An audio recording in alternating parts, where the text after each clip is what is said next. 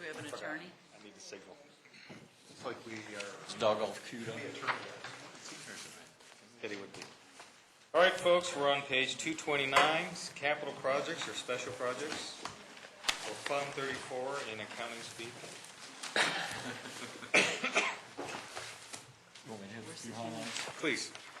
Council, I'll just hit a few highlights, and then the whole budget team can pitch in on this, or any of the departments that have projects. Just a couple of things to highlight for you if you're going through. Just to note that in the revenues, the $1.1 million, which is the second payment from Denver Water as part of our renegotiated contract, you should note that the $1.1 million under the contract, the amended contract that you approved, that payment is to be made by January 31st, early in the year, and so that should be coming through. I'll just note a couple other major things, and we'll talk about them. You'll see some proceeds there called out as proceeds, Medic 13 and Engine 11. Those are two pieces of apparatus that we're recommending be replaced, and those are actually, we're recommending a lease purchase, which is a very convenient financing tool that we've used on a number of apparatus pieces. Wells Fargo, Mr. Farman and his team usually negotiate a very good rate, and so I think we're at about a 7 or 8 year, but basically you show the whole proceeds coming in, you show the expenditure, but then there's an annual lease payment. But you see those are large numbers there at $880,000, but that's basically would be the proceeds. And that, by the way, that is a 50-50 match. Both of those pieces of apparatus are matched 50-50 with the Fire Protection District. So, and those are apparatus that the fire department and both Alan, our fleet manager, has recommended for replacement. So on the revenue side, the rest of it is pretty standard. Highway users tax, which you know is a formula that we receive from the state of Colorado, and then there's some. We do get some. Cooperative, you'll see there a little from Fire Protection District and Highlands Ranch because we have revenue sharing, purchasing agreements with them, and there's some various fire equipment in there that they'll participate in. And then building use tax, again, Councilwoman Cole had asked about building use tax. Quite frankly, we're still just playing real conservative. I'm still very nervous about 2012. And keep seeing a lot of chatter in the financial pages about a double-dip recession. Hopefully it'll get a little better, but we went on the conservative side. Under projects then, and if council has any question, there's staff here. The web content system, which has had a lot of discussion. Kelly Nardi, our communications director, has discussed this with you. We have put in a $50,000 purchase. And if you would like to have Kelly gave you some description of this. There's a description in the budget book. If you'd like to have more detail, I'll ask Kelly to come to the table. Okay? All right. Again, then the others are as you're all well familiar with, the lease payments. These are lease purchase that we have on the courthouse. The various lease projects is sort of a compilation that the accountants put together, but it's kind of a combination of the court. Well, there's some radios, the courthouse, the museum, and some other kinds of things. Any of the staff can discuss those in detail with you. Jim, on the as you talk about the leases, there's a lease that's on the accounting for the water fund. Where the little over $1 million is placed there. The question is leases that are here versus that lease. Do you want to kind of explain that a little bit? I'm not tracking your question. Okay. In the accounting for the water fund that was back up in the summary. Oh, in the spreadsheet that staff did for you. Okay, and that is actually... It's up in the... I think it was in the message, right? Right. It's in the front of the book. It's way up in front of the book. Yeah, so let's flip back there, and then Tiffany or Earlene? Who on the team would like to talk about that? And please get a chair and bring a microphone.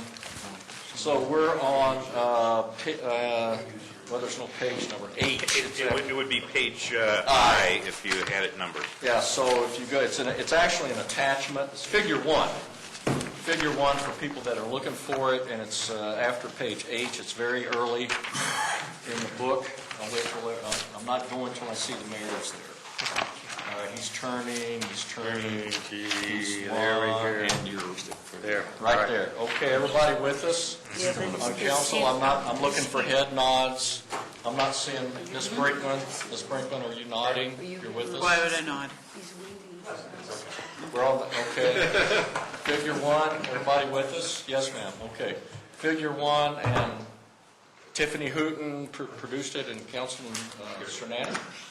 Right. And so the question is, Tiffany, as we look at figure 1, there's about 1.3 million indicated as a budget item for 2012 as an expenditure against our kind of our tabulating of what is happening with the water utility fund. And the question is now we're looking at the special projects pages, and do I reconcile that number on H to anything in this section or not? The 1232? Yeah. All right, you want to tie that out for him, Tiffany? Yeah, in 2012, there are 2 lease payments that are included in that. It's the 99 COPs, which were actually refinanced this year, and then the 2003 ones. Give them line item citations and see you can circle it and highlight it. It's on page 231, and it's near the top of the page, one for $216,000 and one for $1,016,430. Do you see those 2 numbers? I see the 216,000. And one right below that. Oh, okay, got it. So those are the 2. Yes. The other leases we're proposing to be paid out of just regular general fund, or regular special projects funds. Okay. And like I said, that various, let me just clarify that, we generically call it the museum lease, but it also helped to finance Fire Station 12, the new Fire Station 12 that we built on Broadway, and it also helped to finance the new fleet maintenance facility when the roof collapsed under the snowstorm about 4 years ago. So, And with those items here, I know we're looking at 2012's budget, but going forward, how much more forward does that go? Because the water utility fund doesn't have an unlimited balance. do you want my "it depends" answer? Because that's what... Well, then I would ask for some elaboration on the depends on what. It depends on what the economy does. It depends on whether building use tax comes back. It basically, if you look at it, what was left in the quote water fund, which is now in the special projects fund, it buys us a couple more years to make sure we can make those lease payments. If the building use tax doesn't come back, then somebody's going to be sitting here in 2014 and saying, where do we pay those, how are we going to make those lease payments? And somebody will be sitting here saying, we're either going to take it out of the general fund or we're going to go raid, did I say raid? No, the auditors aren't listening, are they? Go raid some insurance reserves. Fleet but, or whatever. Fleet, yes, sir, but that's... Okay, but that's... I knew there was someone behind me. I figured there was already a target on my back. I'm talking real candid with you right now, but that's really an absolute candid answer. Excuse me, Doug? Sure. You guys, we need to have you pay attention. Okay, because I think this is an important question that Mr. Cernatic is asking here. But the answer really is, I think there's another 15 years or so on the lease. There is, but the question is, and as I read Councilman Cernatic, he can do the math real quick and say in a couple of years, if this continues, the quote water fund is gone. And then you have 13 more years of... And then, yeah, yes, sir, and then it keeps going. And so then it's, if you're sitting here in 2014 and the water fund quote is gone, those proceeds are gone, then if the use tax hasn't come back and you're looking for money, that's what you're going to be doing. You're going to be looking in the general fund, you're going to be looking in your reserve funds, you're going to be looking somewhere to make those lease payments. Or you stop leasing them, usually. Pardon? Or you stop leasing the default. Or you could do that and have somebody come take, default and take over, repossess the museum And the sheet. and the sheep, and, yes, sir, you could do that. I do not think any council sitting in this chamber would do that. I think that any council would do lots of other things before they would do that. Yes, sir? Yeah, Jim, I just wanted to also state that, yeah, the general fund would be another source, but otherwise there would be we would need another dedicated revenue source for this fund, because obviously the lease payments were going to continue, and right now with the building use tax down as far as it is, it's probably about 30 to 50% of what it was from 2008 on. We would definitely need another revenue source in order to make those lease payments and do any types of projects at all. We dug ourselves when we made these lease payments, when we did the courthouse in '99, and we did the museum in 2005. We had looked at a 20-year trend line, Chris Gibbons and myself, and we'd been averaging about 5% a year, or 5% a year increase on retail sales. And also the use tax had been very vigorous, as I mentioned last night, through the 90s with the renovation of the 600,000 square foot Quest building, EchoStar, so forth. A couple of things happened to us on the way. In 2003, the citizens decided that the city did not need the half-cent grocery tax. And so by referendum, they repealed that tax, and that cost us $600,000 a year. And then, for better or worse, the citizens decided not to have us capture a major big box in 2007. And so if we can capture another big box, that's why I said it depends, or another big catalyst project, then it might be rosier. If it peaks along at 2%, then somebody's going to be sitting here in 2014 looking. And that's kind of the short story. And, just to kind of state that in language I would use rather than the piece that you have is basically we're utilizing the special projects funds within the budget to cover those lease payments. They're expenditures that the city has. They're not going to stop when the water utility fund balance is, or at least our ledger item for that, is zero. Absolutely correct. And so that expenditure needs to come from somewhere else after that period of time. If I take some of your comments, at least some of the earlier discussions, where it gives us time, and the hope is building use tax will come back and sales tax revenue will come back. In the meantime, given where those are, that kind of means it would come from general fund. Yes, sir. Very well stated, much better than I could do it. And I just would like to add that the fleet fund does pay a small portion of one of those lease payments. Bruce? I think I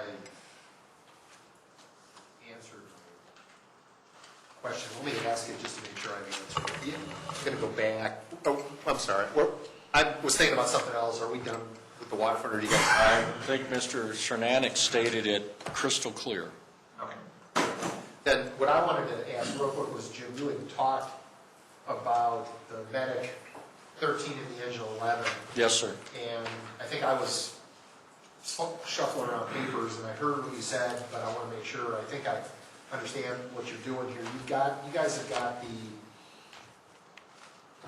capital encumbrance on the expense side, but then you lease finance the things. So basically, you get the proceeds from the financing entity, which is revenue, and then you've got, which offsets the capital encumbrance, and then you've got the lease payments. So that's essentially how the whole thing works. That's what you were saying. That's exactly right. Okay, all right. Because I was seeing this, and then I didn't. It's more of an accounting entry, but we wanted to make sure we had the appropriations in place. No, I know. I totally know why you're doing it. I didn't connect initially the 880 with the two entries below, but now I see what you're saying. So I'm fine. Okay. Good. Actually, I have one other question with Joe. Do you want to go ahead? I just wanted to make a comment. For years, we've been using this water preservation fund to help balance out our budget. And this year, we've managed to use that for a project which was well needed. the DNA facility. And one of the things that happens when you do that is you're pulling money from somewhere to pay off your debt. So with that gone, now we're going to be seeing the possibility that if our tax revenue doesn't go up, that's when we're going to get hit. And we're going to get hit hard. So that's it. That's what's caused this little bit of a rift. Yes, sir. Well stated. Yes, we will have drained the water fund. That source will have dried out. Everyone's allowed to groan now? Going back to the medic 13 and fire unit 11, You're on page, this is C. in the beginning? In the Well, beginning. The line items are on, the expenditures are on 232, Yeah, about halfway down. but the question is the $125,000 payment, lease payment per year for 8 years, is for both of those units together? That's correct. Yes, sir. Okay, so we're spending $120,000 to finance them for 8 years, basically. Right, and as Jim mentioned, that's 50% between us and the district, I guess is what the split is. So 50% would be Littleton's obligation. So 67.5 or something. Yeah. What interest rate is that equivalent to? It's about 3% over 8 years.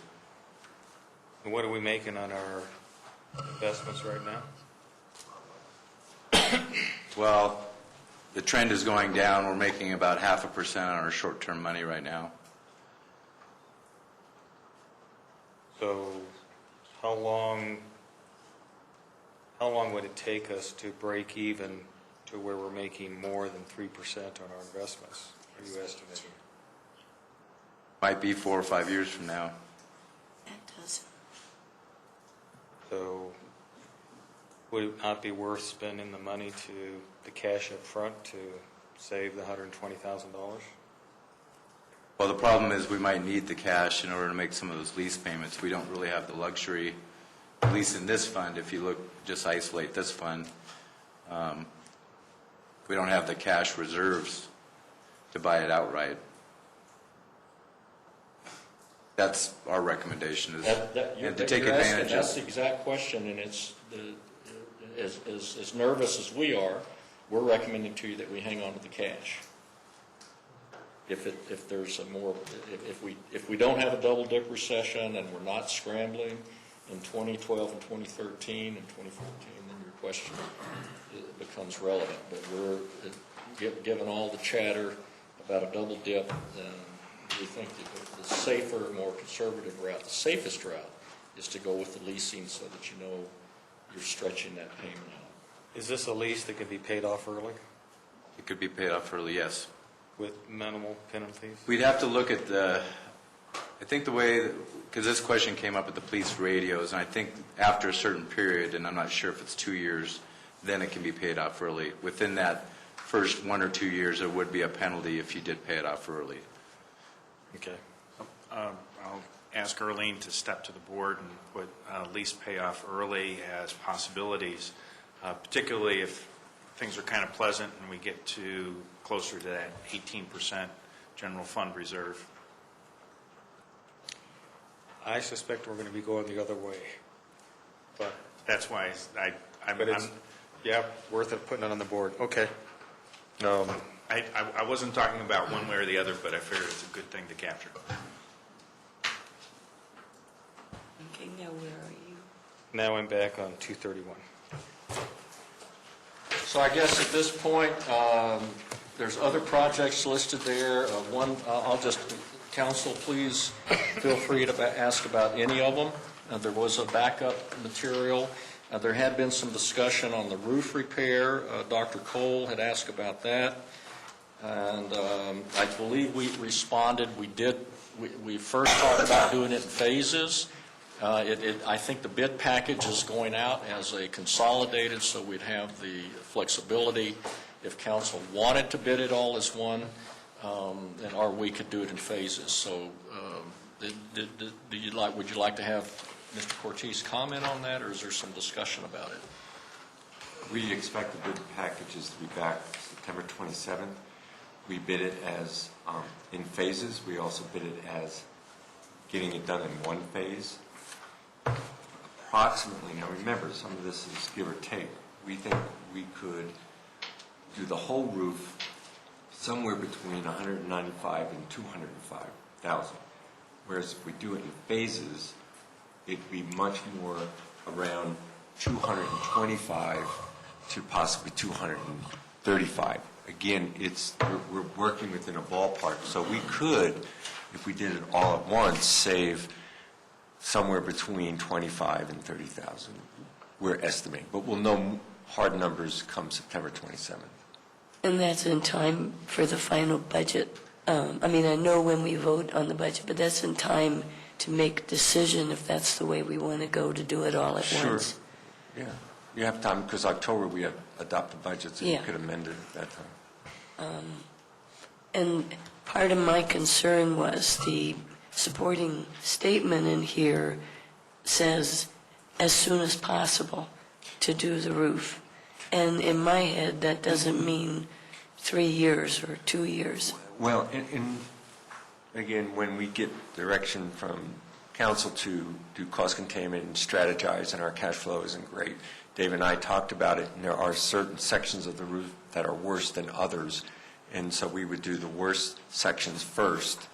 And we have phases, but there are 3 or 4 sections within each phase.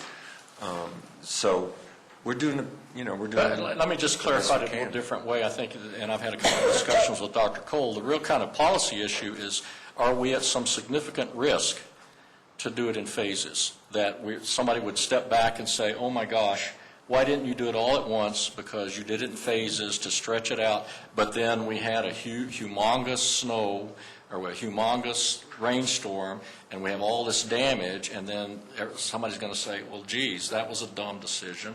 Why didn't you guys do it all at one time? In your estimate, is there a risk to doing it in phases? yes. Okay. There's a risk. We can live within that risk. We have had damage in the past. Fire had some damage. Wayne could attest to that. So we've had minor damage over the years.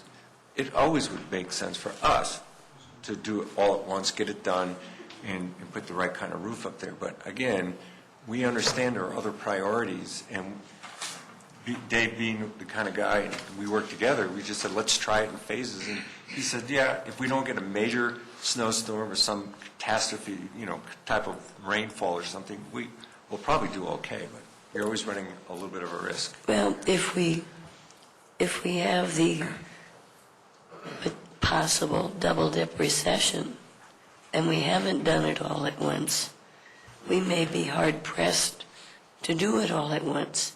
I think I've said last year, having worked at ACC on the 4th floor, that's the top floor, with the roof leaking, when we had more than about 5 raindrops, and once so bad it leaked down to the 2nd floor by hook and by crook. I just know what a mess it can be and damage can be done. So. Yep. So if you want to do it in 2012, what's your dollar? Do you want to put it on the roof on the board? Yeah. One total roof in 2012. Really. I would say if we took what we budgeted over 3 years to 225, that's what I would say. I would believe it would come in less. But I'm not going to For say budgeting purposes, if this council says we don't want to take a risk, we want to do it all now, they need $150,000 more Yes. than is in the line Yes. item right now. Yep. Right? Just so And that would potentially save us how much, you think? 25,000. So we're spending 150 up front to save potentially 25 by 25. stringing that in. But the cost projections are based on today's numbers. And if we get a swinging economy going positive as opposed to double dip, we've got a big Again, window. I want to preface, those numbers in here are our best guess. At one point, when Dave went back and we were putting a budget together in 2009 to 2010, we got an estimate of $280,000 for for the whole And roof. you're working around the margins here. You really won't know until you open the bids. Yes, you won't know. So really, it's just a guess, but it's to give the council some sense of what your trade-offs are.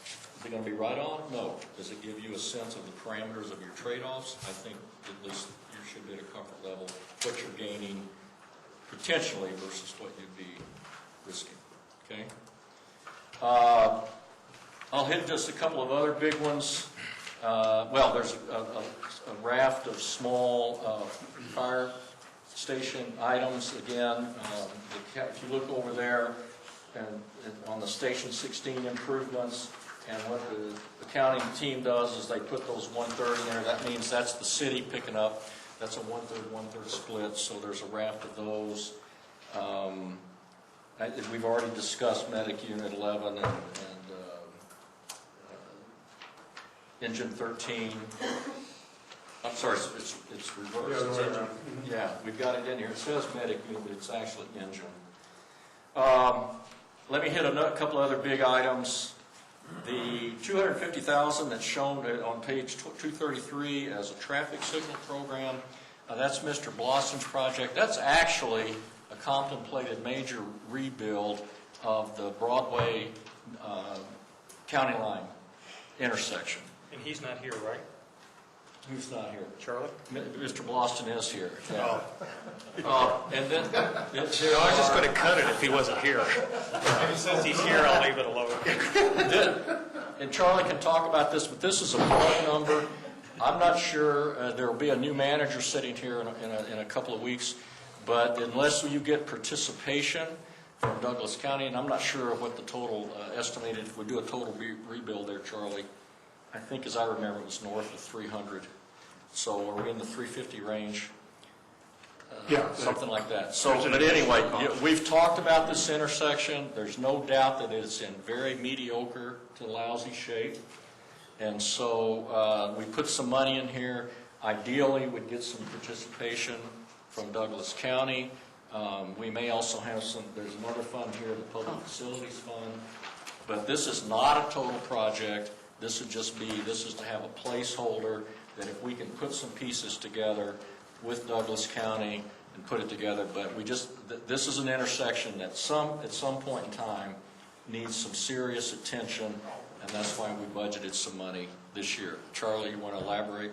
The 250 is primarily to be used for the replacement of the traffic signal. It is the oldest one we have. In addition to changing the traffic signal, we would also like to create a double left turn for southbound Broadway to go eastbound on County Line, which is an extremely heavy movement. That is what is causing a lot of the backup on Broadway at County Line Road as people begin to enter Highlands Ranch. We may be able to get some money from Douglas County. They promised us money on the other project that we did this year, the new traffic light at County Line in Erickson. Well, because of a low bid, we didn't need their money. We were able to do it with all the money that we already had in the budget. I saved them $35,000.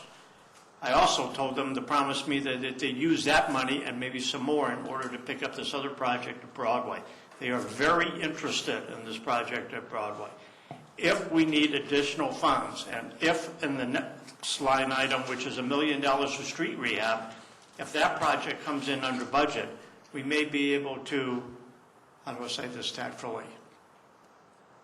Finesse the money.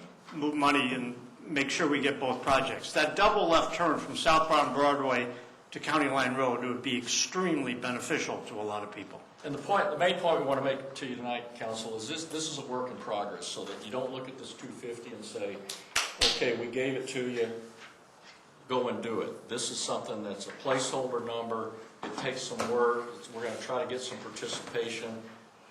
We'd like to pull it together, but this isn't just like you vote up and say, and it's a done deal. There's some other pieces of that would have to come together for that project to happen. And then Charlie, why don't you just stay up at the table? I'll have him go over the Broadway, the Bowles Avenue repaving. As you know, we've got state highway money, the Broadway repaving, we've got state highway money for that. Charlie can talk about what he thinks we can get done there. Jim, a couple of quick points on the Bowles Avenue paving. We got $1.3 million. We think we can do it for under $800,000. To be honest about it, It needs to be done, but it's not as critical as some other locations. What I'd like to do in 2012 is all the concrete work that's necessary to make that project ready to go. If we have time and resources, we'll do the paving in 2012. If not, it could hold till 2013. It is Band-Aided together. It's not perfect, but it'll last. But the concrete work, especially at the bridge, is going to be important, and we will have some extra money from the CDOT contribution. The Broadway money is $500,000. I'm expecting it to be paid to the city before the end of September. And the paving of that, we would like to do probably not until 2013, which might be as little as $200,000 for the whole project, giving us some money to go south of Littleton Boulevard, which was not any part of the state highway system. So and again, do these some are sort of additional work. placeholder numbers, and then obviously the work would be done when we actually bid it out and have firm numbers. There's some, just looking across the years, there's some timing on when the revenue comes in and when the expenditures will happen. One comment and then a question, Charlie. One is, this is the situation where CDOT has dropped the streets onto the city as far as responsibilities. They've given us a stipend. The fact that it's coming in lower is kind of nice for the immediate projects, but the state picks up, or the city picks up long-term maintenance on these streets. We actually did it on Broadway. The answer is Anyway. yes. Yeah. And the answer to that is yes. There's a caveat in there, because on Bowles Avenue, the answer is yes. On Broadway, we were responsible. The only thing that we were not responsible for was a complete major rebuild, which would have to fit in their 5-year plan, and they had no intentions of doing that. Yeah, so we really felt, when we brought this IGA to you, we felt you were very low risk on Broadway. So knowing that some sections of Broadway are not solely in Littleton, is there anything in this part here where we need to be collaboratively working with either Englewood or Centennial or any other entity to see that the project works through? We share a common border with Englewood for Broadway north of Powers Avenue. Actually, our city limits stop on the north side of the Stevenson Jaguar dealership, which would be the south side of the Toyota dealer. Englewood did theirs last year, It's in pretty good shape. and we would like to do ours. It's not critical, but if we can get it done, we will. South of Littleton Boulevard, we share a common border with Centennial in some places, especially south of the Highline Canal at Panama, for example. Much of that was done, I believe it was 2 years ago, when we did a joint paving project with the city of Centennial from where the the garden center store is, about in that area, all the way south to Fremont Avenue. So much of that has already been done. Gas stations, Yeah. essentially. Yes, that's correct. The other question is, the meeting tonight, which is the South Suburban Park and Rec District Board, we've talked about sharing a project around the Stern Park Lake. Is that included in the budget items here? Not in the 34 fund, but in a different fund. You're talking about the dredging of the lake, sir? Yes, sir. Bruce?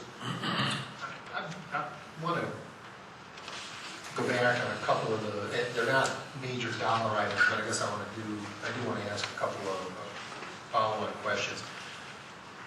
Item G on 231, museum doors. What museum doors are we talking about? The front doors? Front doors, talking about the front doors, they're not, for whatever reason, they weren't constructed the way they should be. We get a lot of condensation in there in the winter. It's not energy efficient. For $16,000 would be sure a problem. Tim could probably give you all the details of the type of problem. I know that they froze the pipes a couple years pipes ago froze. on Holidays Eve, but I don't know, those doors seem like they're pretty good. I mean, the doors obviously in good shape. The doors are in pretty good shape. They were the ones that were spec'd by the architect, and they were approved by our general contractor when we were going through the process. And frankly, I think the main reason they were chosen was because they're good quality doors, but they match the international style of design. That's what the architects were really going for. What turns out, though, is that they are not really of a strong enough commercial grade, exterior grade door to stand up to 140,000 visitors coming through the doors every year. So we've had continual issues with the doors not hanging square on the hinges, which has caused a lot of cold air coming in, particularly in the winter. That's which I think led considerably to the freeze-up problem we've had twice now over the last 4 or 5 years. Both sets, both the exterior. Both the interior leaves and the exterior leaves, yeah. All right. The other question. So let me ask on that. No, please. So are we confident that what will be done is really going to do the trick? Well, we are at this point, yes, and we've had a number of door specialists in to take a look at it. We've also revisited the issue with the architect to talk about some of the issues that we've been having. And I know Dave has also done the same kind of vetting with a couple of the door companies too. So we feel pretty confident that the doors that we're looking at now are a solid. The main issue with these doors is they're very nice to look at. They're the solid glass, so they're aesthetically perfect for the style. But we think what really is required is a steel framed door that's going to stand up to the repeated in and outs. Can we sell the existing ones on eBay? There is a credit, I believe, and Phil, correct me if I'm wrong, when we had talked to Ken Carroll Glass for the estimate, they indicated there was a credit for if we essentially give them the doors, we don't have any use for them anything else. We get a credit back. We're maximizing everything we can on the $16,000 item. And the 16K includes the return of the doors. The doors don't get added to the collection. Sadly, they do not. I know that will disappoint Lorena, but they do not get added to the collection. Bruce, you got any other ones? Not on that one. Before I forget, by the way, the lease payoff, the cost of funds on it is actually 2.94%, so it's actually a little bit less than 3%, just by roughing out the numbers. Okay, Bruce, next question. Thank you. All right, Chief, are you in a hurry or something? We got a lot to cover tonight. All right, fine. You want Chief Mullen up? Please. Chief Mullen? Yes. On Station 16, What page are you now? I'm on 232 items. You want to sit over here? He's jumping around. Yeah. I can, HVAC, and so I've been to 16, obviously, like you have. The HVAC and the windows I don't have any issues with. I guess I'm going to push back a little bit on landscaping and kitchen remodel. The landscaping, to me, seemed to be fine, and I didn't see any major issues with the kitchen when I was there, when we had the district board meeting there.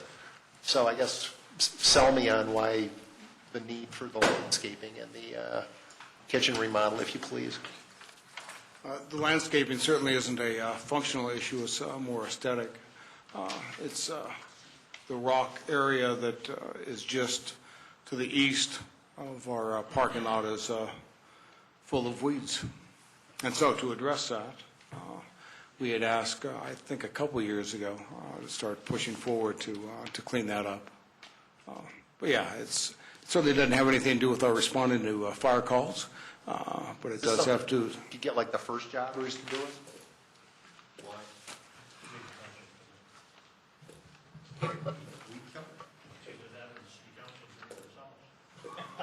Hire weed. We won't repeat that for the get the fine arts. TV audience. All right, so talk. So it's ugly. I'll do it for half that. You don't want to do it? It's ugly, and it's a city facility, and it's ugly. I'll just say flat out, it didn't strike me when I was down there as being, I didn't really notice it. So Okay. if it's ugly, I'll take your word for it. But Yeah, the eye of the beholder. Yeah, I might throw that on the old whiteboard. The same thing with the kitchen. I thought the kitchen was actually fine. I mean, Early, whack, 16,000 from the whack the weeds. ugly. Ugly landscape. So unwhacked.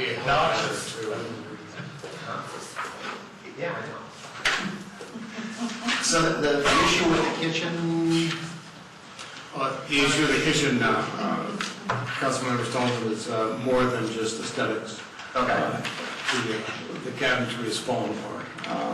The tile is peeling away, and we should have taken the time to point that out to you, but, yeah, that's the reason for the remodel. Advance in the budget. I think when I visited, what was it, in 2008, first time I was in the budget process, that it didn't look all that good then. So, Thank you. Well, again, I guess maybe it's just I wasn't looking or wasn't paying attention to it, but it didn't strike me as being in disrepair. It wasn't. No. Okay. All right. You're saying this is. Thank you, Councilmember You've Cole. got 500 here. This is a must. well, I took heed because I went out and looked at things, and I do remember, so I remember that. Is that 25,000, is that our third? You guys remember that when they It's come up. 1/3 of that 25,000. Yeah. So the total cost is 25,000? That is Is it correct. only the cabinets? We'd have to defer to. $25,000, I don't know. And we're not talking granite Doug, countertops.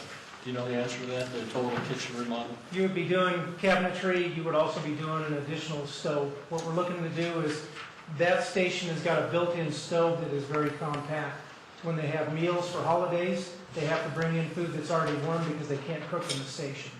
So we'd be getting rid of a surface mount cooktop, a very small compact stove, and putting in a residential grade stove.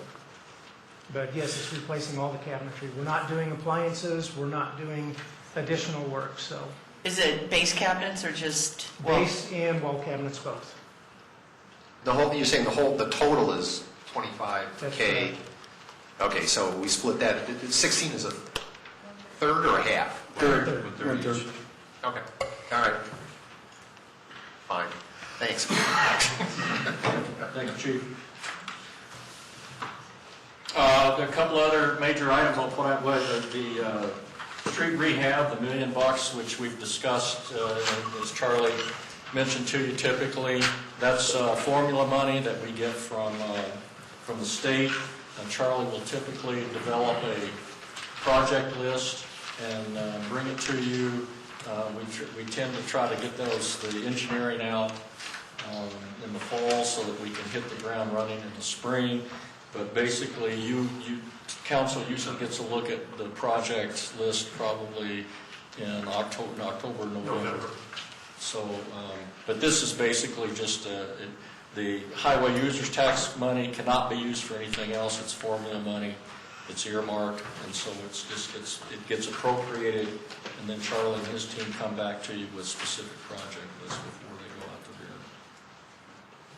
bid. And the other major item is, again, an item that the council was very involved in.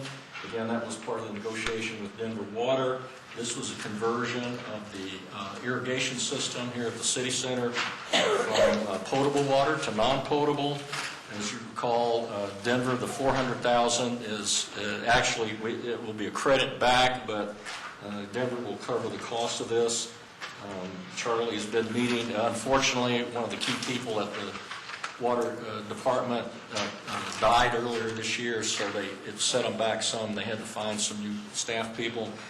But they're moving ahead with the design of that. I'll have Charlie elaborate on where that project is. This will require another intergovernmental agreement between us and Denver Water. They were hoping to be able to get it to me in order to present to council September, the next council meeting. Unfortunately, it's not done, so it'll be October. We will bring to you that agreement with all the details, but they have committed $400,000 to converting the irrigation system on this property, the Littleton Center campus, from city water to non-potable water coming out of the city ditch.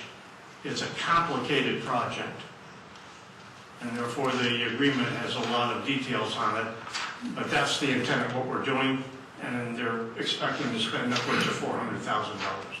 And the footnote on it is it's on the revenue section and the expenditure section, so balance as far as the Yes. budget is concerned. Any questions for Charlie on that? Anything else? Any other questions? With some of the water in the city ditch being Engelwood's, is this the water that would be used here? It's not part of their rights? This is water that we have a right to use, 4 1/3 inches of the city ditch water actually through the city of Denver. Englewood manages the ditch through this section, but the water that we will contract for comes from Denver. As a matter of fact, they've offered to us additional water shares out of the ditch, and I have expressed a strong interest to have that at some point be considered by council for additional water acquisition. And Councilman, we've had rights to that water since the 1970s. So there's not any commingling. I mean, it's very specific that we have the right to that water under our 1970 contract with Denver. Okay, any questions on the special revenue fund? Page 266. I'm sorry, public facilities. Public facilities, this is one that I've mentioned. This is a fund that can be very variable over the years. We generate revenues in here when a property is subdivided. In some years, back in the 90s, this fund got to be quite large. It's not been very large lately. We typically just stick in an undesignated amount so the money is appropriated, and then come back to council with a specific project when we have it ready to go. As I mentioned, this is one where in my judgment, the Broadway County Line intersection might be a candidate for this. We've used it for other things, but basically what you're doing here with the undesignated is just appropriating it so it's appropriated, and if we have a project, then we can come back to you and council can release the money. Conservation Trust. Conservation Trust, and I'll have Tiffany, do you want to come to the table on Conservation Trust? Because, as you know, this comes from lottery money. We've, over the years, used it. We typically then budget undesignated, again, with projects that are coming along, but we've used it for a variety of things. Improvements down in the South Platte Park, matching it with other open space money. The reason I'm asking Tiffany to come up is Councilman Taylor had asked specifically, and I believe in somewhere we were talking about the collection center at the museum, and we had said that there might be an alternative funding for that. And so Tiffany and Doug were at a workshop that put on by the state in terms of eligible uses for the Conservation Trust Fund, and there are some specific pieces of this related to historic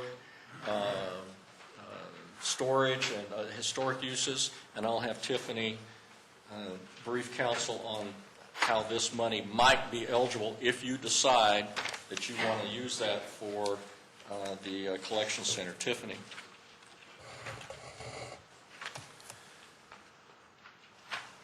Doug and I went to a couple classes, and I've also talked to Tamara Hooper with the Conservation Trust Fund. She's the administrator of the fund. And we talked about a few things that could potentially be used related to the museum. And the collection center the city owns, and it's used to house historic preservation items that are for the museum. And so in their view, that would definitely be something that we could potentially use Conservation Trust Fund monies for that building itself. Anything that's capital related, that is for recreational purpose for the museum could potentially be used. If you look on page 267, at the end of 2011, we're expecting about $850,000. However, oh no, that's correct. Yeah, $850,000, and then by the end of 2012, there's about $600,000. In 2012, we put in $300,000 for undesignated, kind of like we do for Public Facilities Fund. So if the council wanted to use that, we'd have the money appropriated, and then we could just come to you and you could release the monies. So by that interpretation, if people had fun going through the front doors of the museum, could we fund those through the Conservation Trust Fund, since that's capital? I think the museum building itself gets a little more complicated because of the COPS payments. And the building authority is the one who actually issues that. Is that the statement about how you can use it? I'm sorry, Dr. Cole, did you have a question? Yeah, I wanted to just read Oh, what it said about. The actual uses. citation? Yes, Okay. I looked for it today and I couldn't find it. okay. So council, while Dr. Cole's reading the specific language, if this is something you're interested in pursuing, I think during the year we'll have appropriated money. You could ask the museum staff to work with the finance department to put together a package. I can't remember, we've had a couple of estimates on, Tim, if you come up, variations and on the collection center, and you might want to comment on if there's portions of that or some sort of modified version where we might be able to move forward with this. Yeah, Jim, we initially looked at an expansion of the collection center. This was several years ago, adding a story to the collection center. It's currently at about 97-98% capacity at this point, so it's pretty full. We are still actively collecting, but it is one of the things that's causing us to be considerably more cautious about what we accept. So adding an additional story, obviously, is a significant capital expenditure. It's in the neighborhood, I think, of $4 million. So Jim had asked us about 2 years ago to look at what might be a smaller, shorter-term approach, and we did find one that would come in at about $1.1 million. It is adding a significant amount of compact storage within the collection center. Also has upgrades to the security system, which would be required if we add the compact storage, new fire escape, a couple of things like that. We have in the interim done a couple of the projects that were contained in that estimate. We did re-roof the collection center 2 years ago, and Charlie's crew assisted with a drainage issue we were having at the back of that building. So some of that total project has been done a bit piecemeal, but it is done. Since the numbers are a couple of years old, I would guess that the $1.1 million is still pretty close.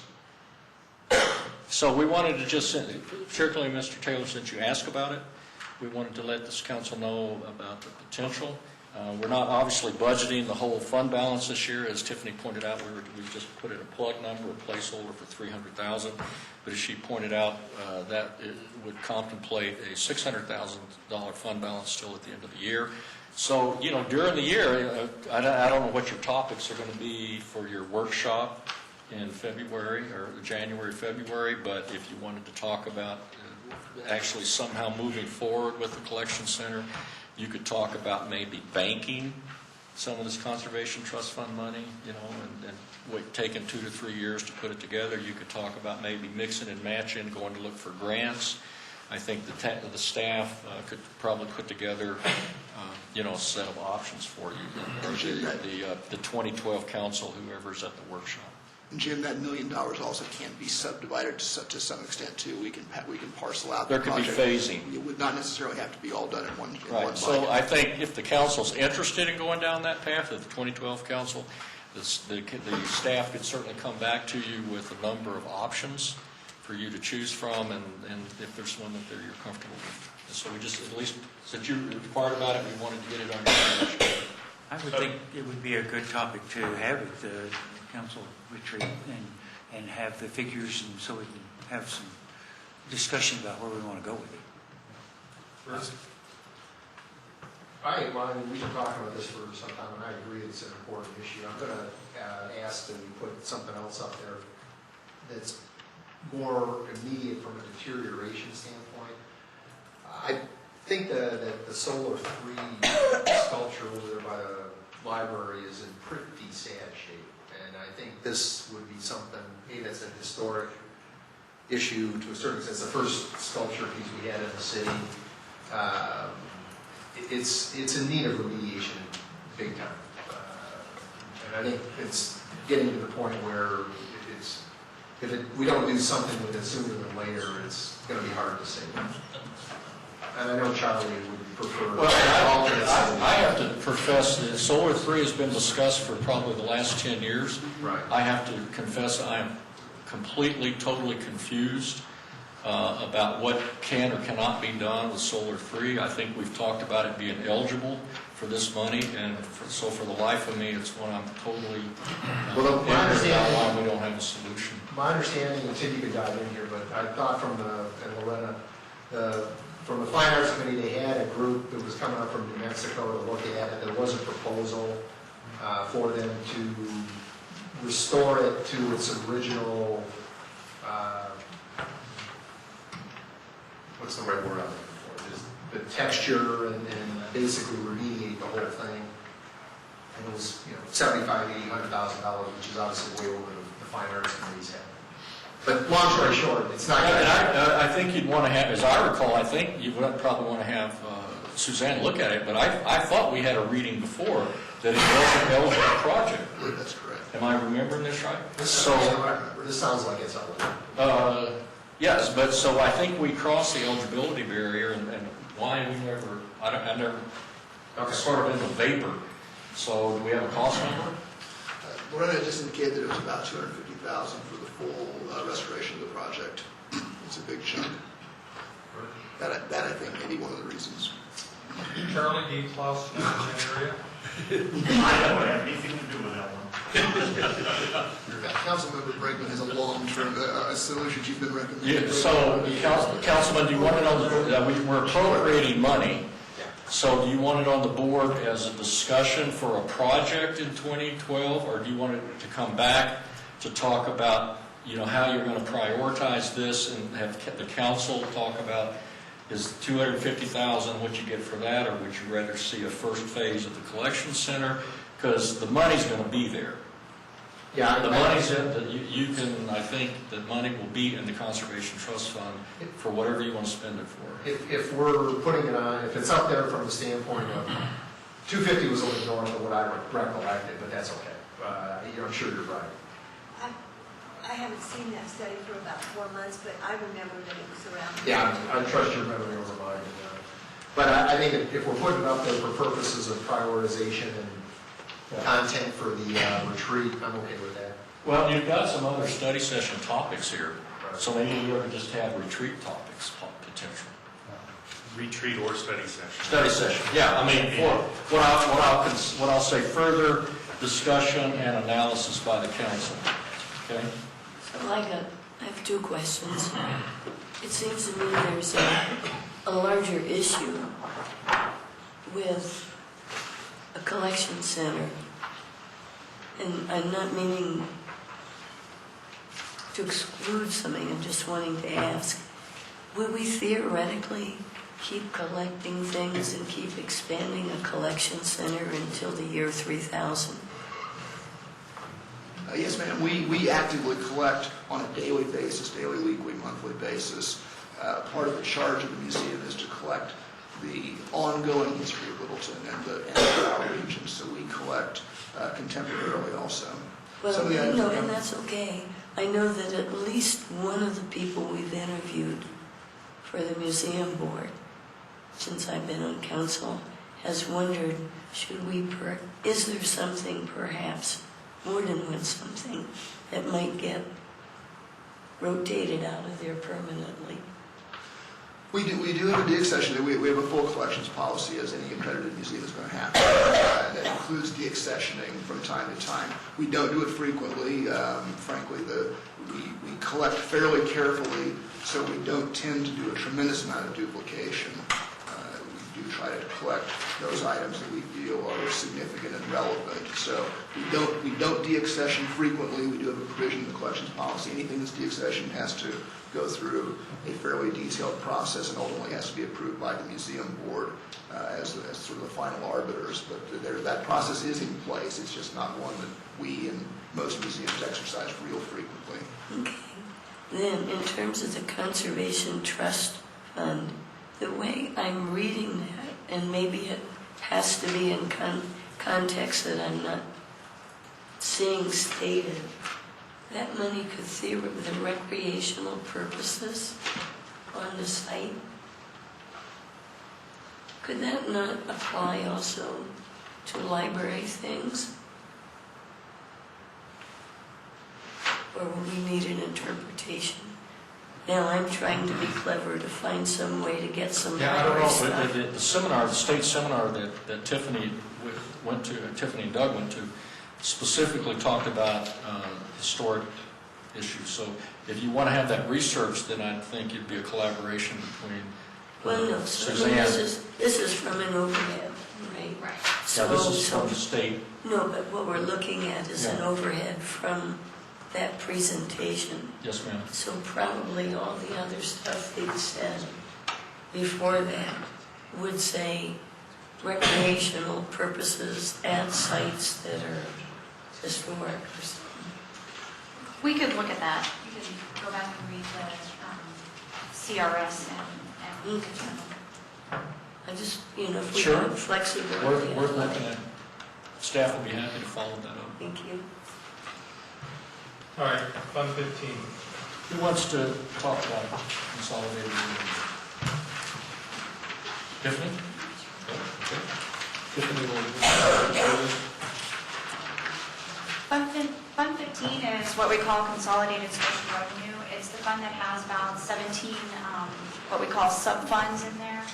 Some of the ones that you're familiar with are the type fees, the Littleton Vale, which reimburses victims through the Vale Board. Those are a couple of the larger ones. We have Stern Elder Trust and Wildland Fires. We basically kept those the same for the most part as the prior year. Wildland Fires is one of those wild cards. You never know in one given year how many fires they're going to go on, so we can't really estimate what the expenses and the revenues are going to be in that. So we just kind of, if you will, plug a number in there. For 2012, I plugged in about 50,000. I think this year we're upwards of 80, I want to say. We're getting close to 80,000 in 2011. Just depends on the year. The new one that we have is the South Metro Drug Task Force. I believe the police department brought some information to you earlier. The South Metro Drug Task Force gave the city some police forfeiture monies that were left over to fund a police officer for 2 years, and we put that in this fund for 2012. Thank you. Grants? For 2012, we were pretty short in grants, I would say.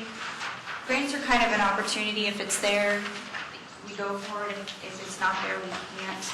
I kind of left it to the bare minimum, the normal ones we get every year. The another Vail grant through I think it's the 18th District Court or something like that. That helps fund a part-time Vail person. And then we have some standard DUI grants we get from the state that help with July 4th, Labor Day, some DUI enforcement there. We have our CDBG grant that Charlie is always happy to accept and spend, $150,000. I think a portion of that usually goes to the Dr. Skinner. So we're expecting that again in 2012. And that's pretty much all we have so far in 2012. We're always looking for grants, and if the opportunity's there, like I said, we'll definitely try for that. Shopping cart? Tiffany, if there's something happens to come along that we have the opportunity to get a substantial grant larger than you proposed income here, what would you do? Just amend the budget to accommodate that at that time? Right. Normally what we do for that is, if it's a larger grant, city staff would bring it to council during the year to let you know, because I'm sure there's some paperwork that needs to be signed and agreed upon when we apply for that grant or receive that grant. We normally put in the financial details that we'll bring an appropriation at the end of the year with what we call our cleanup appropriation. So as long as we have council's approval when we receive the grant, we go ahead and spend the money, and then we ask for an appropriation at the end of the year. Shopping cart? Shopping cart is about the, sorry. No. You got it? Shopping cart's about the same as last year. We left the revenues the same for RTD. We get a little bit of money in from the contributions from the writers who participate in that. I don't know if there's going to be any increase in 2012. I don't believe so from RTD. I think we're basically going to keep that status quo. And for the expenditures, it's about the same. We changed a little bit of the fuel and vehicle costs. One thing I did want to note that in 2011, we're estimating that the general fund is going to be transferring $5,000 in 2012. With the revenues being so much lower than expenditures, we're going to be transferring in $28,000 from the general fund.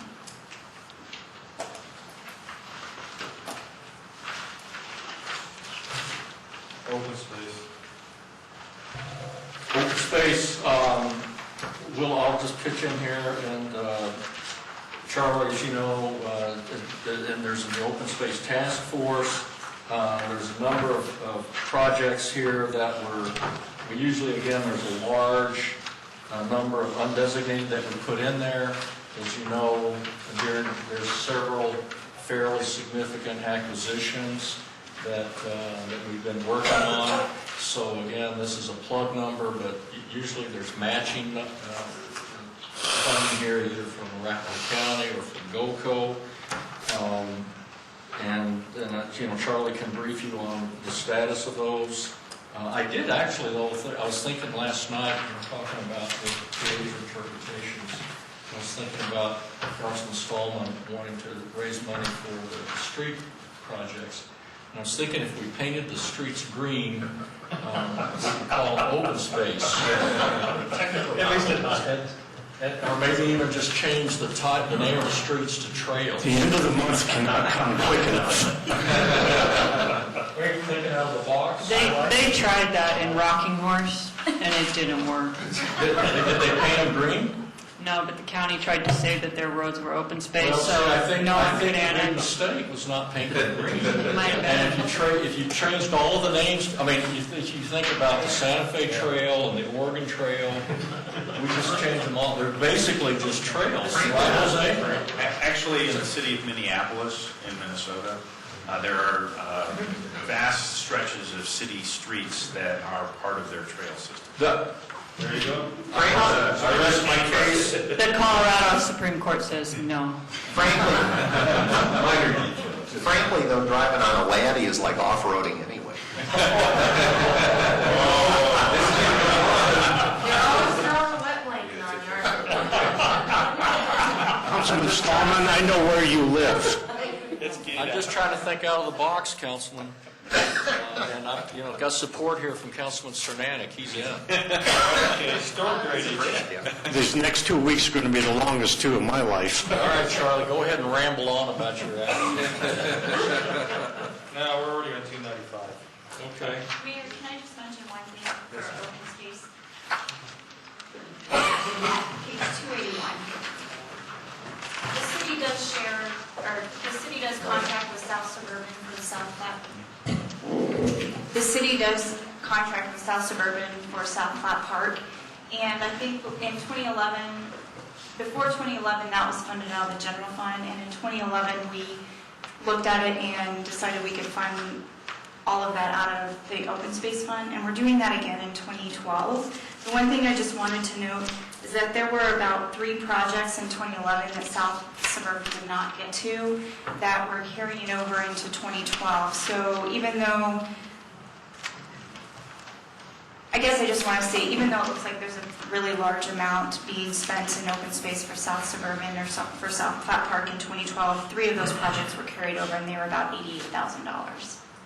Thank you, Tiffany. I'd also like to point out in the Open Space Fund a letter from the Hudson Foundation regarding some improvements in Hudson Gardens in the Event Center. If you look beyond page 282, it starts actually 283, the letter, you will note on the second page, they are requesting quite a bit of funds from Littleton to do several projects.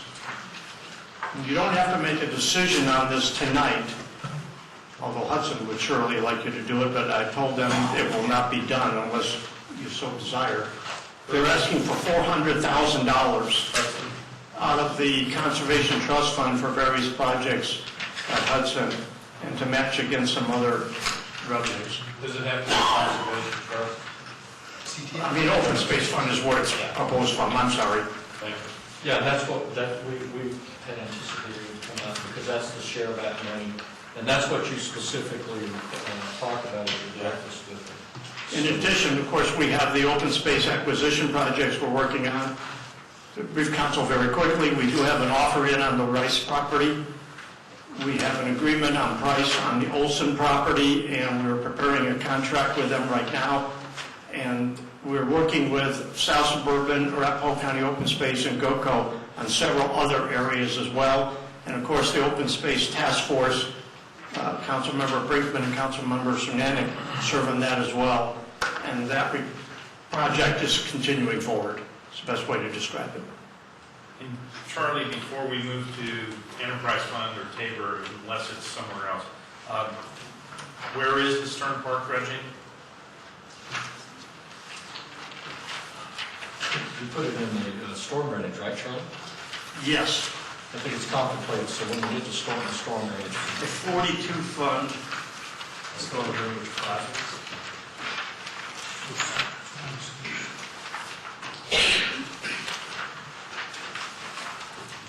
Okay, so it moves into the next, I'm sorry, it was written so small, it was hard to make sure I got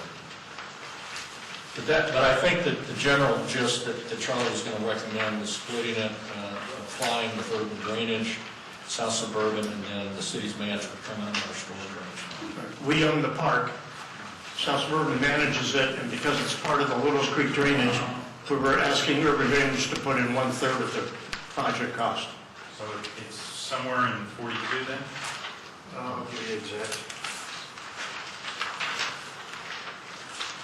Well, it would be, you could take it out of in your project, it's in that storm drainage projects, 301,000.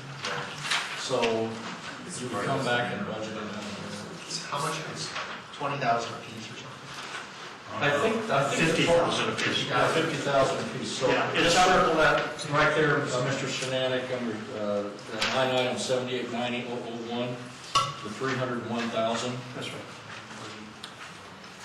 It's right up from the bottom there. Okay, so that's where it is. That's where we're going to recommend it.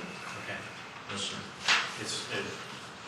Knowing that they've been asked to put it in their budget as well, I just want to be able to, we got it. That it would be appropriate, yes, sir. Okay, any other questions on storm drainage? Metro Communications Service. Tiffany, you want to comment on that? South Central Comm Center is, for the most part, verbatim 2011. There's one change in the transfer in 2012. The general fund is going to be putting a share in, just as the partners, of 127, 140, and we do share that with Littleton Fire Protection District and the Highlands Ranch Metro District. Okay, Geneva. 308.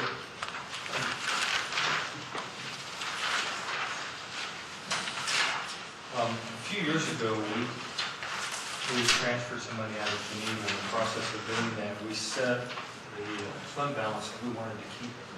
I don't remember what that amount was. Do you? Yes, it's $3,500 per unit, and we have 28 units, so it's about $98,000. And in 2012, we are also going to be transferring some money back to the general fund of $94,540. But when you see on page 308, that 98,000 is the number that Dan Burden and the Housing Authority team feel comfortable with. So what we've done is keep that. If there's any surplus money in there, in the last 2 or 3 years, we moved it into the general fund. But Dan, we always consult with Dan, and they're comfortable with that 98,000 number. Are there any projects that are outstanding to do with Geneva? You know, we talked to Dan Burnham, and once they get the windows replaced and all the things they did last year and the year before that, he said there's really not any large projects on the horizon right now. Okay, roofer. No, he didn't mention anything. I was wondering, are they done with the windows? I believe they are. I think they finished in 20 years ago. Yeah, we met with Dan, and his major projects are completed now, so Okay. he's sorry he couldn't be here tonight. And there was some sidewalk thing we were doing, was that last year, Charlie? Charlie? Sidewalks are all done. Okay. All right, thank you. All right, sewer, we already did. Yes, that's correct.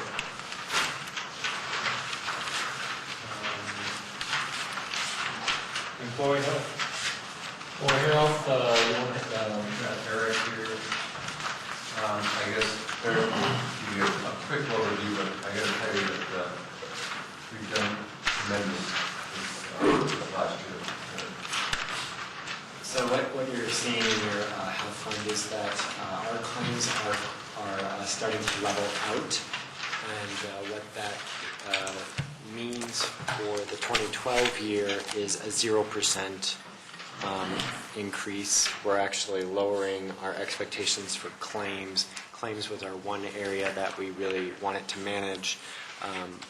And so what we did a couple of years ago is we started implementing or phasing in a wellness plan, and that was a significant piece of trying to manage those claims.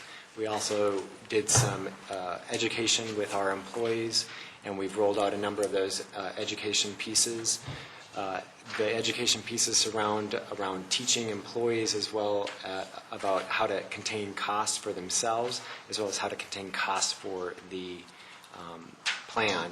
And what we do is we watch trends and we kind of keep on top of that. And so in a variety of ways, what you'll see is various things. This year we saw a trend where we had in-network doctors but out-of-network treating facilities. That's a new trend where they build their own facility. And so part of our education this year surrounded making sure that you were being treated at an in-network facility by an in-network doctor to contain costs. And then we also, a number of years ago, changed our prescription structure so that we could move people towards generics. You'll see in your packet, your blue packet, that we're actually at a fairly high ratio for generics. Currently, we're at about 70.8% use on generic drugs with our population. Where are you in that? No, but where are you in it? It's in the healthcare section under the healthcare tab, and it is on the second page, the very last side of the second page. If you look at the page prior to the prescription, you're going to see that our healthcare fund transfer administrative fees is staying stable. Our broker fees are actually decreasing. Our vision fees are, again, stable. Our stop-loss fees, those are always a bit tricky, but they're staying fairly close. So we had a slight increase in that, but overall, when you factor for the drop in our claims, you're looking at a 0%. Those last 3 or 4 that Eric just mentioned, he glosses over as just being part of business, but if you had watched him for about 6 days trying to negotiate with the brokers, it wasn't pleasant. It was tough negotiations, and I just have to commend him on the work he did to bring those costs in line where they should be. Because they do run a business, and they look to make money.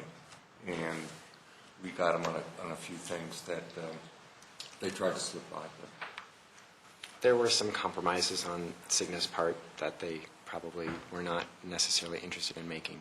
But Any questions for Eric on health insurance? Any other insurance questions? Anything else on insurance? All right, fleet. Fleet. Mr. Brown. I'm going to let you guys just ask your questions. I think you know the routine. If you need a refresher course in Fleet 101, we can certainly have Arlene and Alan give you a refresher. Arlene, why don't you come up to the table? You haven't had a chance yet. Doug, I think last year we sat with you and we talked to you about the Fleet Fund, and I think it was, we're always interested in where you want to take the discussion. Questions Leave it for up the to you. team on fleet? We're replacing a car with 34,000 miles on it. I'm not sure what you're looking at, Doug, but it's probably the South Metro Drug Task Force car, which we're committed to replacing every 2 years. Give him the citation. Page 354, the Impala. Okay, we have 2 Impalas that are scheduled for replacement or are recommended for replacement. Both of them are 13-year-old cars that have been in the community resource employment. They actually are school resource cars. They're old and pretty sorry shape, and what our intention is we're going to move them out, put 2 middle-aged existing vehicles in their place, and then buy a couple of new vehicles to put on the street in primary patrol units. So, I'd like to point out that mileage is not our primary indicator when it comes to replacement around here. City of Littleton, we get almost no highway miles. It's all stop and go, very difficult, hard, in-city mileage. Littleton mile is roughly equivalent to about 3 highway miles. But the other things that we use to determine the need for replacement are the age of the vehicle, which in this case is 13 years, and the life-to-date maintenance costs. And on those two vehicles that you've questioned me about, we've spent almost $13,000 in life-to-date maintenance costs on those two vehicles each. How do you spend $13,000 on a car that has 34,000 miles on it? Well, actually, the cost per mile on a low-usage vehicle is disproportionate to the usage. It's actually more expensive to run a car fewer miles than it is to, in a cost per mile basis, than it is to run one higher mileage. But a lot of those maintenance costs are not really associated with the base vehicle. They're associated with the equipment that that vehicle houses, which is in the neighborhood of $10,000, maybe $15,000 worth of aftermarket upfits and lighting, computers, and various other. I need to interrupt, Al. I need to leave. We have a major, believe it or not, roof leak over in PD and in fire. And there's tiles. So the discussion we had tonight was very timely. So I'm going to be gone for a while. Okay. Want to go see? So we can go back to administrative services now. What's really unfortunate is the tiles are coming down in the new training room in the police department. This is the brand-new building? Well, it's old roof. It's old space that was remodeled that's now training rooms, and in the sergeant's office and in the fire department. Ziggy? How much rain are we getting? How much rain are we getting? Should always be around. I guess I really asked the right question. Can we use some of the water and capture it for irrigation purposes? Runoff barrels. Rainwater harvesting. Actually, no, you can't. All right, so let me just get back, because Alan, you're asking good questions, but let me just say, and Phil was very complimentary of Eric's work, but Alan keeps absolutely meticulous records, maintenance records. So any questions that you would have about a vehicle, Alan has very meticulous records about when it was worked on, exactly what was done. He's given you a general overview that low mileage, because of the stop and go and the idling, can actually be as difficult on a vehicle as, so it's a little counterintuitive from our miles that you'd look at the mileage and say, well, geez, why are you doing this? But the kinds of stop and go and idling that we do with the city vehicles is very tough on it. But he certainly has, and I've looked at them, meticulous maintenance records, so any council would be. But these are the school resource officer vehicles, right? Yes, sir. So they drive them to the schools. They come to work in the morning, they fire them up, they drive them to school, they sit there oftentimes with them idling and running their computers, and then they come home again. They get used basically just for that 8-hour shift every day. They also work in the summer too, and they do. Well, they do a lot of special events and stuff with those cars, but they're not used in the same fashion as a primary patrol vehicle. And I got to point out that I'm not allowed to speak anymore with my boss gone. That's okay, we're not listening, go ahead. It's not off the record. Alan, maybe you could, it says replace with action. If you could give us a quick explanation when it says replacing kind. You have another line that says replace with caprice. And what that means, you have your deferred and recommended, so can understand when it's deferred. You have the source of where that replacing kind, or replace with caprice. Replacing kind just simply means to replace it with a similar vehicle. When I vary from that is when we're doing something a little bit different. For instance, on those two Impalas that we were discussing, we are replacing those with a vehicle that's new to the market. It's a police package vehicle that General Motors has reintroduced to the market. It's a Caprice. And we're doing that, like I said, we're moving some Crown Vics into those CRO positions, and then we're putting those Caprices out in patrol. It's a new vehicle. We don't want to jump off the deep end and buy a bunch of vehicles in a year where we're buying maybe 12 patrol vehicles. And so this is an opportunity to put a couple of those new units out there and see what we think of them before we have to make any larger decisions down the road. The police market is changing dramatically right now. The vehicles that have been the staples in the police market are going away. And before the next time that we have to purchase a large number of police vehicles, we need to make some decisions about what is the best unit for. So in that case, that replaced with Caprice, that explains that. And then I've also noted that on the heavy trucks for the street department, that the replacement includes a plow and sander. With some of that, have we, I know some places, since the city's not that large, folks wouldn't be necessarily that far from a refueling center. Have we looked at electric? Actually, I'm running an electric vehicle in the fleet department right now. We got some funding for that was in part authorized by council back in 2008, I think, and then we picked up some additional funding from state rebates and stuff. But we converted a 2008 Ford Ranger and put it into service as our parts shagging truck. It's been in service for about a year now. It's working out fairly well for us. And we're also doing electric hybrid vehicles in a few variations. But quite frankly, without government subsidy, the costs, the incremental costs on vehicles like that are too high to make the life cycle cost analysis work out. In the past, I've been able to get a fair amount of subsidy money. We put a couple of hybrid electric omnibuses in service last year, and I was able to more than pay for the incremental costs with dollars that I brought in from elsewhere. But in the current political and economic environment, those kind of dollars have dried up, and so it's making it very difficult to pursue any alternative technologies like that. Anything with natural gas or propane? We don't have any natural gas or propane initiatives out there right now. It's something I look at on a regular basis. Quite frankly, my personal belief is that natural gas is not a good transportation fuel. It carries too many inconveniences and problems with it.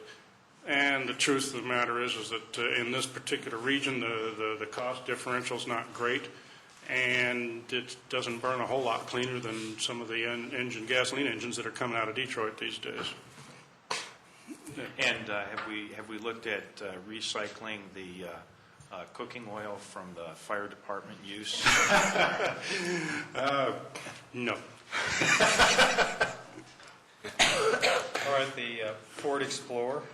Ford Explorer is the South Metro Drug Task Force car, Mayor Clark. That is a car that we're committed to replacing every 2 years on the basis of, how do I put this? They don't want to be made. They don't want the same car out there for any length of time. We buy a used vehicle for that. It generally has about 18,000, 20,000 miles on it. They take it out there and put 60,000, 70,000 miles on it in a couple of years. We replace it again with a used vehicle, and I keep that vehicle in the fleet. So, currently, the last one is in my loaner fleet, and that allows me to get rid of something else that's older and more abused. So this one has 35,000 miles and it's 3 years old? It was 2 years old when we bought it. It'll be 70,000 miles by the time we get it replaced next year. They're going to put 35,000 They miles run on it in a single year? pardon the technology or terminology, they run the snot out of them. He goes to California and all sorts of places with that car. Hey, having owned a street version of your BMW motorcycle, 1150, R1150s here, they're awful bloody expensive to maintain relative to, say, the comparable Honda. You guys looking at changing? Well, it's something that I've looked at, but it's not something that the police department is agreeable to currently. The ST 1150. The Honda ST is pretty much the same Honda's bike. putting a police bike out there that I think is worthy of looking at. One of the questions is uniformity, and they want to avoid having a fleet where we've got 4 BMWs and 3 Hondas in it, and to some extent I agree with that, but motorcycles, in my opinion, I can buy a Honda a lot cheaper than I can buy the BMW. Whether or not the cost per mile for operation is any cheaper or not, I don't know. I doubt it, seriously. When we went from the Harleys to the BMWs, initially, it looked like we were way ahead of the curve on the cost per mile for operations. After several years of operating BMWs, I'm not sure I can stand in that corner any longer. I own one of each. My suggestion would be that the Honda is a much more economical machine to run. We had a meeting with the PD prior to the budget sessions this season, and it was one of the questions that I put to them, and they were not willing to pursue that. If it's something that the budget team or council wants to... Something council wants to make a directive on, and you might want to have input from your motorcycle officers, but... I throw it out there. I mean, I'm not going to tell them what to ride, but on the other hand... We'll tell them the question came up, and you questioned, there was a question about whether the extra expense for the BMW was warranted. Okay. In the cost side of it, looking for where's the accountability? Does the full maintenance and per mile cost get into the police budget? Oh, yeah. Particularly when you're talking about motorcycles, that's a direct bill. Parts, labor, sublet, that all gets directly billed back to them, including markup on the parts and stuff. But everything, regardless of what kind of vehicle it is, we recover our costs from every department, whether it be the police department, or in some cases we do it on the basis of usage, cost per mile or cost per hour, and in other cases we do it in a direct bill fashion. So, sorry, but going back to our Explorer that goes to California. Mm-hmm. Why? You're going to have to ask PD that one. That's the South Metro Drug Task Force unit, and That's South Denver Metro Task Force, right? South Metro Drug Task Force, SMDTF. I'm And just wondering which state. oh, yeah. Denver. Can you get an answer on that? Sure. Please. I can ask to the degree that we can share any ongoing investigation or other criminal investigation activity with you. I'll check and we'll be happy to do that. Thank you. And it should be pointed out, too, probably, that South Metro Drug Task Force supports those costs to some extent. We currently have a second vehicle in use there as well, which we are leasing. This just started a month or so ago. And they provided the funds for that as well. There's a whole funding. I mean, I would suggest taking a look at the whole thing because, this is the undercover activities. I agree. I'm just having a hard time with undercover 3 states over. They follow their mark, and that's about all I can tell you. All right. Okay. They don't include Alan in the operation. I'm sorry, sir? They don't include you in the operation. No, they don't ask me. Right. All right. We'll get you a Property man liability. Okay. Property and liability, who wants to address? Eric, is that yours? Thank you. Erling. By the way, council, I just want you to know Erling Rich takes absolutely meticulous notes. So all of the things that you've requested, we'll follow up on. Property and liability, questions for Eric? Eric, this is really a self-insurance pool for the city. Do we ever do any actuarial valuations on this? We do. In fact, we're due for one this October.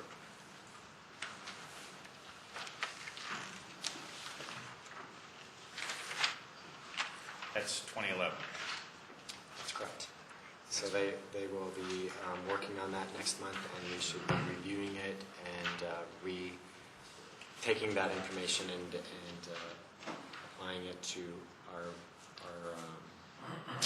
fund balance review for it and requirements for the fund balance in 2012 once we have the results.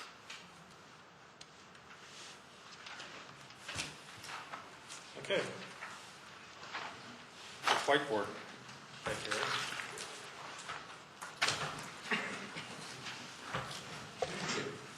Quick break. Quick break, then whiteboard. Fine. As opposed to then adjourn. Anybody want to go see the leaks? Take you up there real quick. Before I go on the roof, I want to see the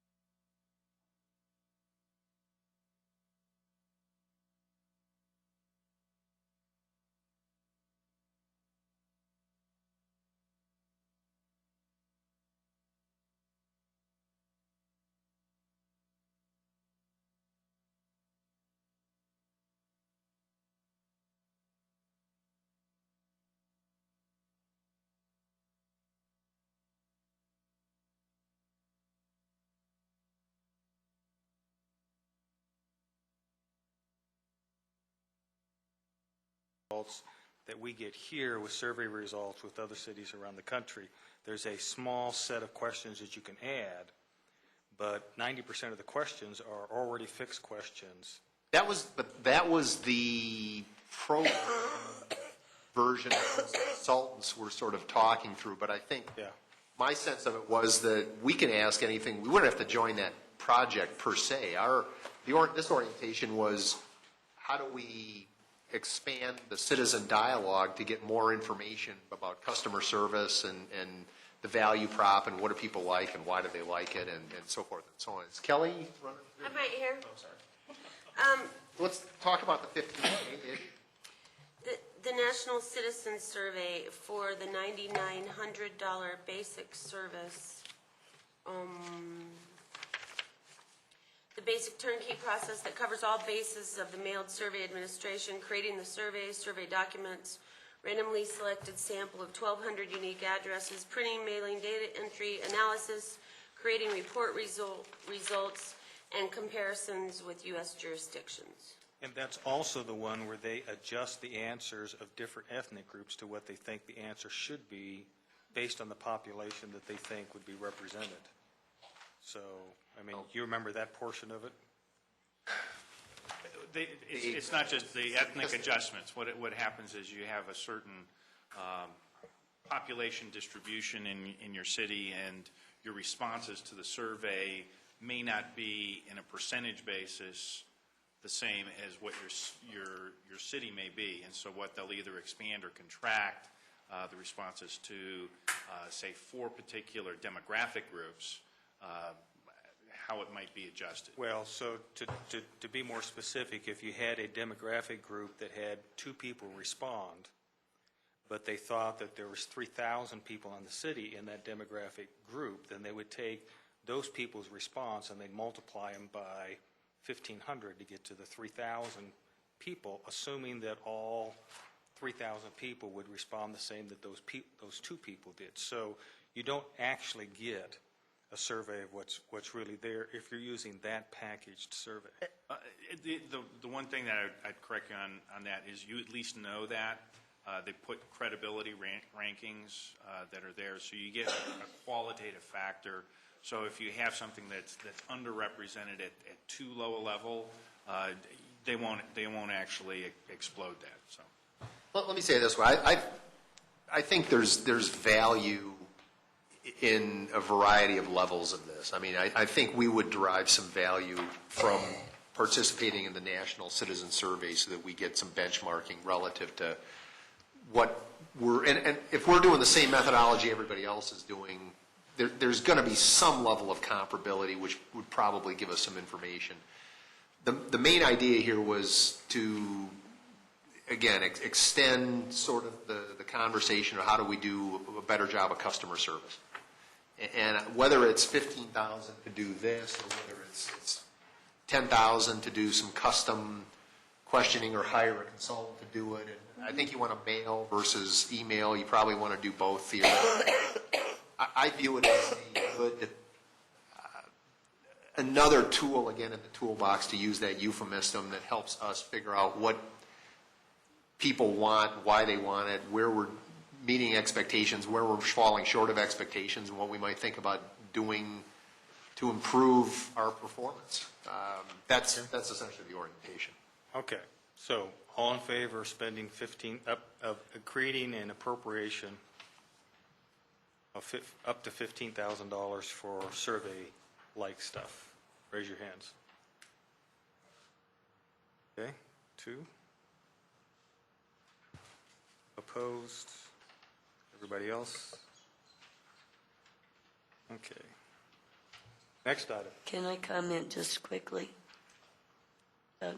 If we're redoing, Kelly, if we're redoing the website, if we have maybe some additional ways to get feedback from people ongoing, my own view is you don't necessarily need to ask a lot of people. Sometimes a single comment is all you need, like Phil coming in and telling us the roof's leaking. We just need to act. I just want you to know how lucky you are, Peggy. All right, item number 2. Step increases. The step increase, council, we've made our case. I strongly recommend it to you.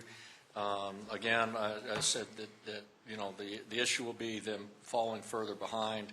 I think it's an important morale issue, keeps us competitive, and so the staff's made the case. I strongly recommend it.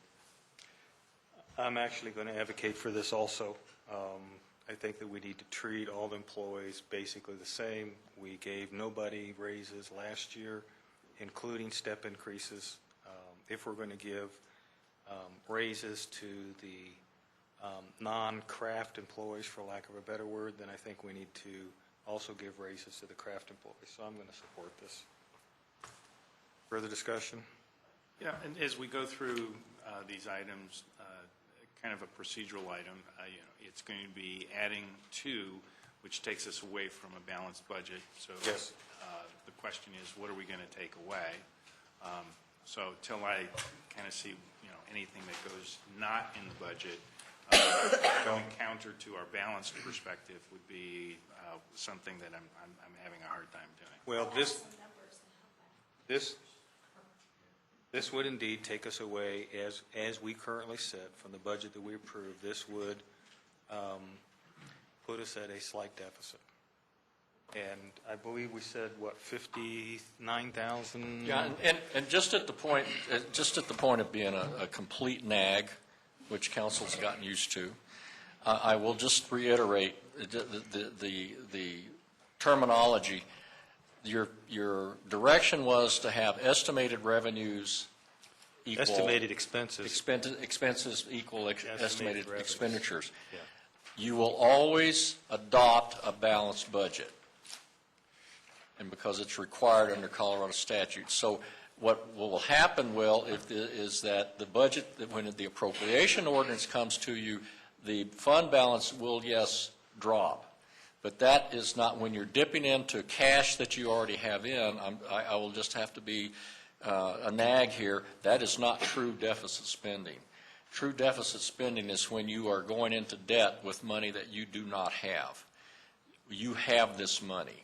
So I know that gets, I've lived through enough GOFA and training, so it is not true deficit spending when you have the money in the bank. And so I'm just, because I know you have citizens and other people who look and see this, this is not deficit spending a la the federal government, which goes out there and is actually just borrowing money.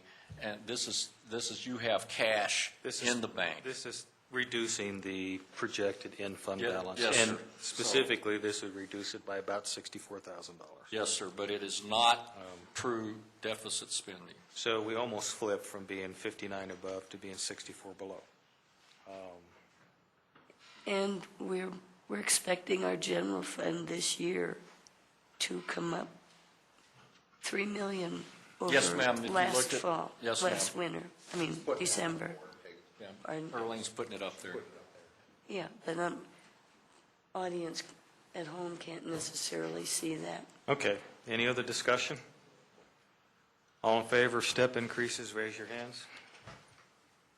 Ooh, okay, that's 7-0. Are we making this just consensus votes? No, You mean as opposed but to- I'm keeping track of them. Okay, then, okay. Do we need motions?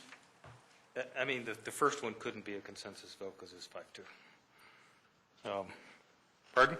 Do we need to make motions? No. That's what your real question was, wasn't it? That was my real question. Yes. Are you making motions or are you just asking? You sort of,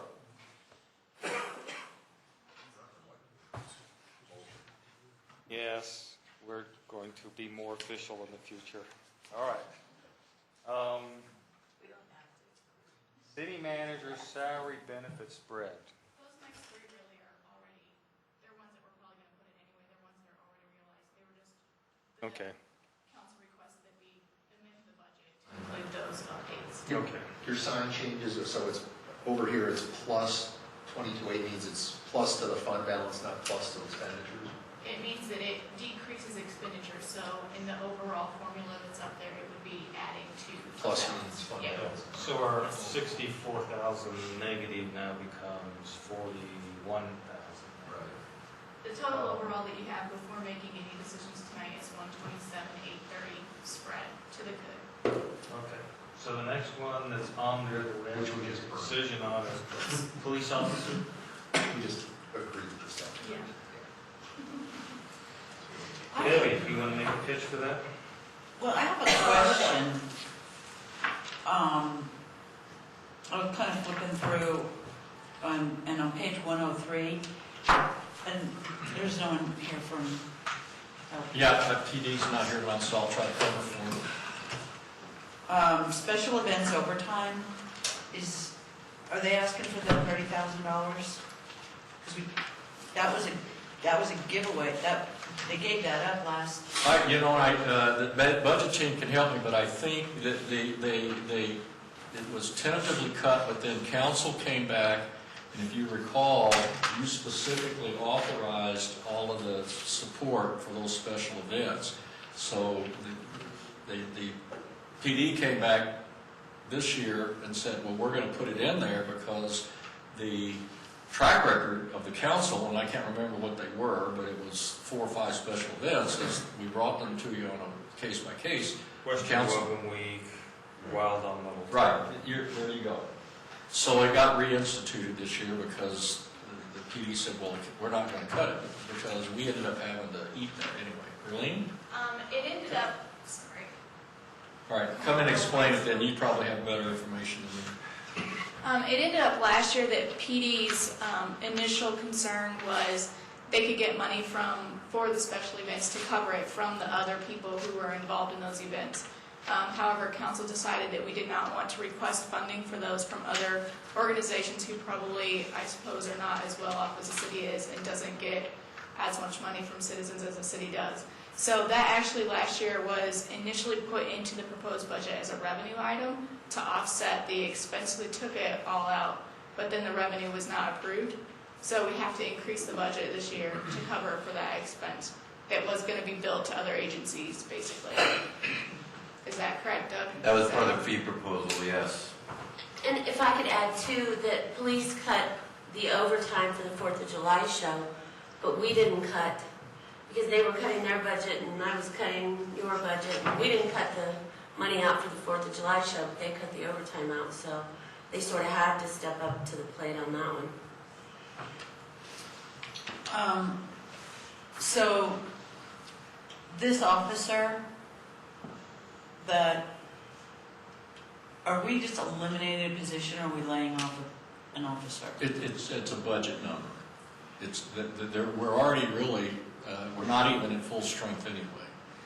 And so if you remember the discussion that we had with the chief about the pipeline, because we've authorized that again, but because by the time they actually recruit, and it takes 6 to 7 months to recruit an officer. So this is not a sworn officer that's on the force today that's going to lead. This is really a budget number to bring them into compliance with the cuts. And quite frankly, I think it's, with the recruiting, it's probably going to have a marginal budget effect one way or the other. And if things got better, if we don't have a double-dip recession, I mean, at some time, as you remember the discussion we've had, I mean, I don't know when they've ever been at full authorized strength. There might theoretically be some point in time when they would bump over that. That might be an issue. But this is not an officer it's not going to shrink the force from what it is now, because they're already, I think the chief told us they're out looking for 3 or 4. So it's not going to have a body that's not going to be there. It's just a budget number. Yes, sir. Put it in maybe different words, and Jim, correct me. My understanding of this from a quick discussion with both you and Heather is instead of putting all positions at being fully funded for the year, there's a recognition that there are openings that occur during the year. This is a recognition of the, in effect, savings that would be there because there are open positions when you're dealing with about 100 folks. And what this is it's when Jim talks about it being a budget item, it's actually recognizing in the accounting, instead of budgeting for full staffing for 365 days, it's saying we're going to have some open positions during the year, and it's just a recognition of that. It could be either also looked at, it's a freezing of a position, not to fund it, because otherwise you could take it as you're cutting an FTE. You're going from 70 to 69. Now, I don't know if we made that clear with them. At least my discussions with Jim and Heather, Phil, were basically, this is just a kind of a recognition of the reality. It's not a cutting of any position or freezing of any position. It's just a recognition that the reality is we're not fully funding all the positions for the full year at 365 days because there's going to be some level of turnover. Jim? I think the only thing I would say to you, again, I'll just be very candid, is just what I'll call the political optics. If the council would feel more comfortable, if Jennifer's going to write a piece in the Gazette that says they cut a cop, and everybody says, well, how come you cut a cop? Because I haven't seen a cop on my street for you get the stories. They haven't seen one for 35 years and all that kind of stuff. So, I mean, quite frankly, if you want to just have it in there for the optics of it, it's not going to have a big impact. If you feel more comfortable, we just stay at 70 FTE. Put it in there. I think this was sort of an internal equity issue because PD got kind of a pass last year. But the reality of it is, the practical side of it is, I'm not sure it's going to have a big impact. The only time it would have an impact is if, and it's never happened in my time here, if they were to start bumping actually against the pipeline. And so where it looked like they might have 71 or 72 officers actually on, which is then Michael or somebody's going to come back and say, oops, we went over. But it's very, very unlikely, as Mr. Shenanig's saying, that they would actually go over the budget anyway. So it's really almost kind of, well, we did what's the word I'm looking for? Accounting Well, then how come when I asked Heather Monday night, where do you lose that officer from? And she said it would come from the Sept team or traffic, traffic.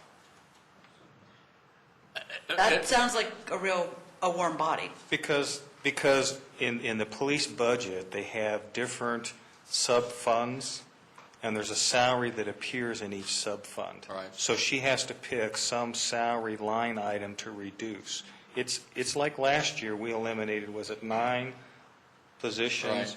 That had salary in it, but hadn't had people in it. We haven't hired anybody in it for years. You know what, Counsel? And she can figure out where to do that. So- I mean, some organizations will just take all their lines, and they'll say, we're going to have some openings, and they budget all the lines at 98% or 95%, recognizing it's going to be. I mean, let's go look at a specific thing here. On page 92, you have Police Support Services Division with the salary line item. On page 98, you have Animal Control Expenditures with the salary line item. On page 102, you have Patrol Expenditures with the salary line item. So she's going to pick one of those salary line items and reduce them by whatever that amount is. So when she said, I'm either going to take it out of SET or I'm going to take it out of traffic, what she's really saying is it's going to be a reduction in a line item that appears in one of these cost accounts Right. that's in here. But Jim's got a point. Headline is, we laid off a cop. Well, You know, and the headline is you deficit spend. So, and I don't agree with either of them. So, you The know. headline is, we gave raises and laid off a cop. Yeah, in my mind, I'd recommend you put it back in there, make it good, everybody's comfortable. You don't have to have anything that says we cut a cop. Put it back in there, and it's going to have a very marginal impact on how much money you're actually going to have. And, but I let the muscle people in accounting, they brought PD to bear and said, well, but you cough it up. But, I mean, we went through this last year. There is a budgeted deficit or difference between expenditures and revenues, and there's an actual difference between expenditures and revenues. What we really care about is the actual difference between expenditures and revenues. But the way you get to that actual difference is by changing the budgeted expenditures, because that's what's authorized to do this. So if we're really intending to get to certain thresholds for our fund balance, and we're really intending to try and make expenditures match what the revenues are because we're concerned about the economic uncertainties in the future, then we have to change the budget. And if we're taking money out of a line item where it represents a person that has not been hired or been in that position for years, then if we don't do it because of a headline, in my opinion, then that's pretty bad. At least my understanding of this is there is absolutely no change in any authorized positions. No, that's not correct. That's not true. There would be, if you cut this, then if someone's got the 2011 budget, which is in the back, you go back there and it has FTEs. So Mr. Von Savage is going to have, you're going to have this chart back there, and instead of 70 sworn officers, it's going to have 69. But that's just like accounting. Didn't you guys give up a position I'm last talking year? about optics as opposed to... That's just like accounting had a open position that had a salary appropriated for it that they didn't fill, that we cut, that didn't have a person in that position for a while. And we did that to a number of different departments. And that's a last freeze. Pardon? That's a freeze. You can take any position. Well, it's not, because It's Phil, not really when we a do freeze. freezes, we still leave the FTEs on the books. Right. So And that's what I'm saying. It's different, but no, so we're mixing apples and oranges here, because what was recommended was a cut. When we froze positions, then in the authorized strength, the FTEs still showed up, we just said we're not filling them. Yeah, I agree with that. So that would be another way to do it, would be to leave it on the books. the FTE, but say it's frozen. That's right. Until the pipeline, if and when they started to bump up against the pipeline, that might be a compromise to get to your intended, whatever that is, between your 8% and 18% fund balance. But that would be a compromise. Leave it on the FTEs and just freeze it. And at such time to say your future manager and finance director, and your police chief, if you are bumping up against that 70, you need to come back to us before you can fill that. So that, to me, that's a compromise that might work for everybody at the table here. Bruce? Just make sure I understand this. What we're basically doing here is the budget, LPD came in and basically said, we're eliminating this unfilled position from the budget. This is a vote to put that back Yes. in the budget. This is a vote to bump the salary back up by $77,000. With all due respect, and I understand what you're saying, I'm going to have a hard time, if the cops are saying, we don't need this position in so many words, I'm having... They're not saying, no, sir, no. Well, they're saying it's not in their budget request. They are saying that they were told that they needed to fess up from last year, that the chief is not going to say she I understand, but the budget submission we're getting is down one, and we asked her point blank, can you get it up from non-salary related activities? And she said no. So think of the choice between funding BMWs versus Hondas, as opposed to having a person or not having a person. I look at it as, the question was, is there a change in service level? The answer to that was no. This is a choice on which line item within the police budget they're looking to provide the balance. Okay? Yep. And they're playing the accounting game, and they understand it. I personally understand it as no change in position authorizations. It's just a recognition. Here's how we're going to deal with it. No, well, No, you're it is still not saying a it quite. change in position authorizations, Yes. but it will not affect the current personnel that exist. Because they have more positions authorized than they have filled by people right now. So, because I love my police officers and they look at everything in very black and white, if you cut this, it will be a change in authorized strength. Yes. Would you say what you started to say about 2 minutes ago about what was done last year or not done? I mean, I think I know what you were saying. And so why this is this year? Last year, if you recall, in the council, when you were going through and we had on the second night, you said we need more. And we went back, and if you remember, all the department heads, we did a mad scramble, and everybody had to come back up to meet that cut budget.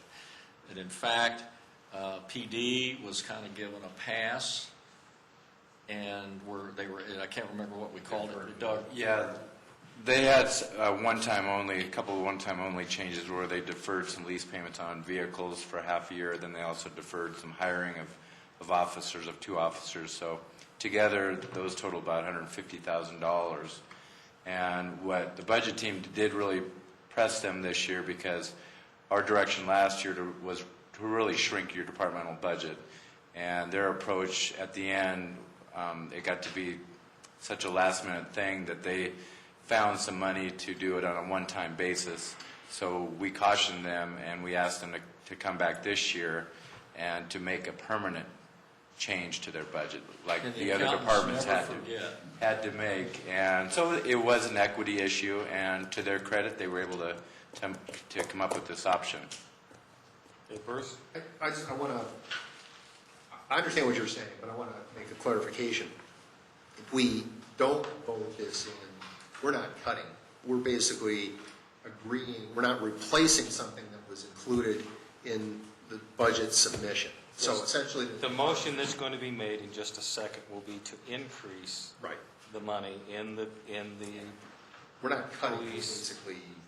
Yes, sir. No, you're right. The way you're stating is right, because this position is not in the recommended base budget that you were presented. Yes, sir. Okay. Debbie, you want to make a motion? Well, my question is, it will have the same effect on the budget if we call it a freeze, right? No. It will just show that we're not losing an FTE. No, because if you add it back in and then freeze it, then you have $77,000 higher expenditures than what you had That you're not before. going to use. Yes, so you have budgeted expenditures that are $77,000 higher than what you had before. So, We're talking the difference between budget and actual. but this is the same thing that we did last year on other positions. Yes, sir. In other departments. It is the same, yes, and whether or not it had the same specific impact or not, we won't know until, well, actually, we won't know until April, but until December 31st, 2011, we won't know what actually happened with what everybody thought you did last year. Well, that's because we won't know what the actuals are. That's right. But you're right. In terms of what you budgeted last year in the process, you're right. So we're kind of, Debbie, you're kind of mixing sort of philosophy and what the comfort level of the council versus what happens in reality over a 12-month period. And it's really the council, four of you somewhere have to decide which one is more important to you. Okay, Debbie, you want to make a motion or you want to pass? I'll make a motion to freeze a position in the police department at $77,000. I mean, $7,700, $77,000. Oh my God, me and the zeros. So you're making a motion to add $77,000 to the expenditure. I'm making a motion to freeze a position. You got to put it back in. That's how I want it phrased. I know what it means. You can't phrase what isn't in reality happening. You have to put the money back in order to then freeze it, because it's not in there now. Then you make the motion. I'm not going to. I'm not going to vote for it. Doug, did you have a Make clarification you wanted to offer? Oh, I just had another idea. You know, it would be just a one-time only change again, but you could do the same thing that we did with this year's budget and just ask the chief to defer some positions that are already vacant, just defer hiring for those positions. And everybody would know it would just be a one-time only. Well, but that still doesn't. The situation. That still doesn't change the budgeted expenditures that get summed together. That then Well, that would change the budgeted expenditures because we could defer the hiring for half a year. That would change the budgeted item for that officer to one half. So you'd have two officers. So you would actually, the appropriation ordinance, you would actually appropriate less? Well, we'd have the same amount of appropriations that was in the proposed budget for police, but in essence, they would be deferring. They wouldn't have an officer for a full year. It would just be 6 months for two officer positions that they wouldn't fill. And in reality, it's going to happen anyway. And in reality, they're going to have the salary savings anyway, because they're not going to hire till July or August. Or This is basically all smoke and mirrors so that we can get a headline or not get a headline. What it amounts to. It's either, I mean, it's not in the budget now, so the question is one way or the other, do we want to add it into the budget? I'll make a motion. All right. Okay. I move that we accept the police budget as presented, which includes no detail of any reduction in positions.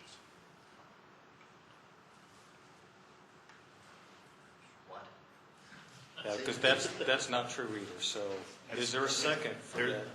There's no detail in here that says there were a reduction in position. Yeah, there is. Yeah. There is. All right. Which is All right. I'm going to make Debbie's motion for so we can get off the. Do we I have no made second mine. for him? There's no second for that. All right. Then you make your own. Don't make one for me. Make your own. Okay, go for it. Make your own. I made one. Didn't get a second. Moving on. All right. We're on the next item. No. Next item is lease payoff early. Bill, I honestly, I think there was somewhere in here where it said that There's one that talks about reorganization. it said Guys, we're on the next item. And these were study session items, Okay. so I'm not seeing anything else. At the library. The library projects, because what we need direction on tonight is what the accounting and the finance team then it's going to start preparing your 2012 appropriations orders. So that's it. I'm not seeing, these are directions to staff to come back, but this is actually related to the specific appropriations orders that they will bring to you on October 3rd. Okay. Jim? Let me get a clarification on what Arlene put up there. On her summary over on the left side, shows that we have $127,830 that we could spend and still have a balanced budget. We burned Wait a minute, I'm talking, you hush. So we put in there $123,100 as an addition, which would be subtracted from the $127,000. So then if we went to the library projects, which only totals $4,400, we've got almost as much room to cover that in the proposed budget. And that would include all the library projects and the step increase without changing very much at the bottom line of the budget. Exactly. You end up with $270 shortfall. Negligible for an estimated $47 million budget. All right, Jim, do you want to make a motion, or do you want, Peggy, do you want to make a motion? Oh, it's okay. I do it. So I move that we add to the budget from page 181, 182 from 181, and 1 from 182, items 7, 8, and 11, totaling $4,400. That's for library items. If you want to get the names of them, I think we're okay. These are. It's been moved and seconded to add $4,400 in expenditures for the library. Discussion? And I said this yesterday, we would have some staff savings, I think about 0.35 from two of those combined, and then a teensy-weensy bit from the third one, but essentially about a 0.35 better staff utilization by providing more efficiency through these things. Okay. Further discussion? All right, all in favor of adding $4,400 of expenditures to the library, raise your hands. Jim, keep them up. Jose, Bruce, Peggy, Doug. Opposed? Bill and Deb. Okay.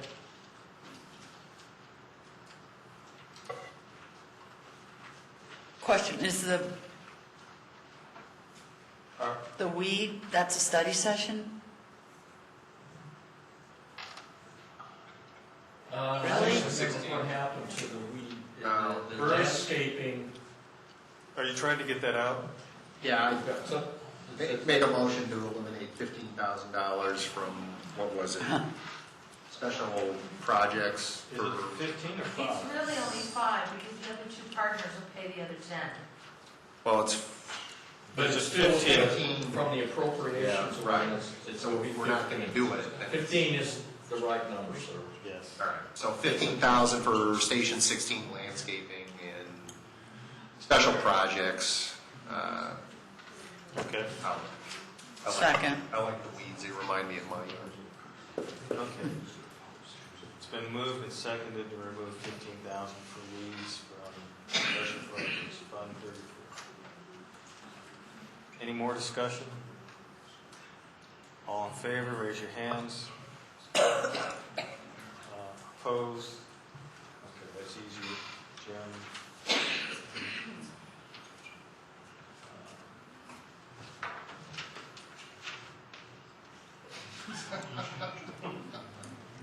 I think that means, that little line means you're going to ride your motorcycle over them, Chief.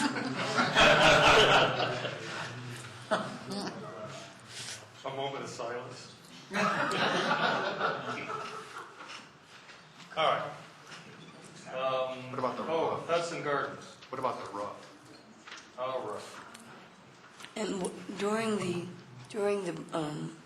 break, I I talked with Jim and Phil both about this, with the bids coming back on September 27, it would be possible for us to have an emergency ordinance that we could actually do this project this year if the bids come in the ballpark we're expecting, because this wet mess that we've got. Now, let me just comment on this, because there's a couple of ways. Let's just say we go out to bid and we come back and the bids are very favorable. And we come back and they say, let's do it all in one shot.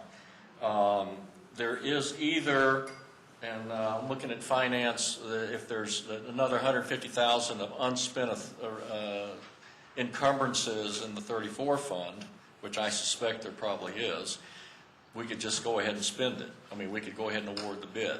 My guess is that there's $150,000 of unencumbered appropriations in the 2011 34 fund.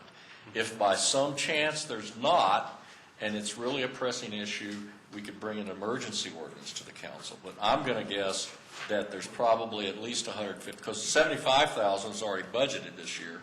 So there's probably, as long as we don't go over the appropriations, we're righteous with the auditors. As long as you don't go over the appropriations as of the end of the year. As of the end of the year, yes, sir. And certainly, and I'd make it quick. Looks like there's plenty of room. But the finance team could come back and tell you whether we're bumping right up against that, or whether it's really comfortable, or whether they could clean it up when Doug and they come back with your cleanup ordinance in November, when they kind of reconcile everything and get everybody a clean slate to get ready for the auditors to come. What was the estimate on that roof? $225. $225, but it's a guesstimate. Yeah. But I think you're certainly, I think you've got options if those bids come in and council says, let's get that thing done before the winter comes on. There's options for you to do that.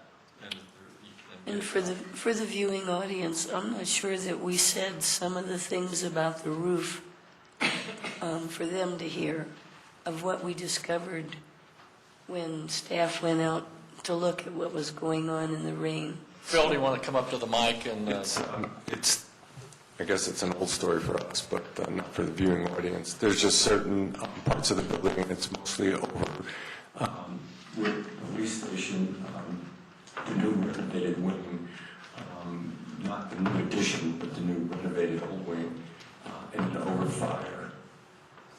And also in our city clerk's office. Stage director there. And those areas, we've already got possible some damage to a computer. There's equipment, there's furniture, there's carpeting. We can go back and I can tell you the history in the fire department. We replaced the carpet and some of the drywall at least twice in the last 3 years. So we need to get the roof fixed. It's leaking.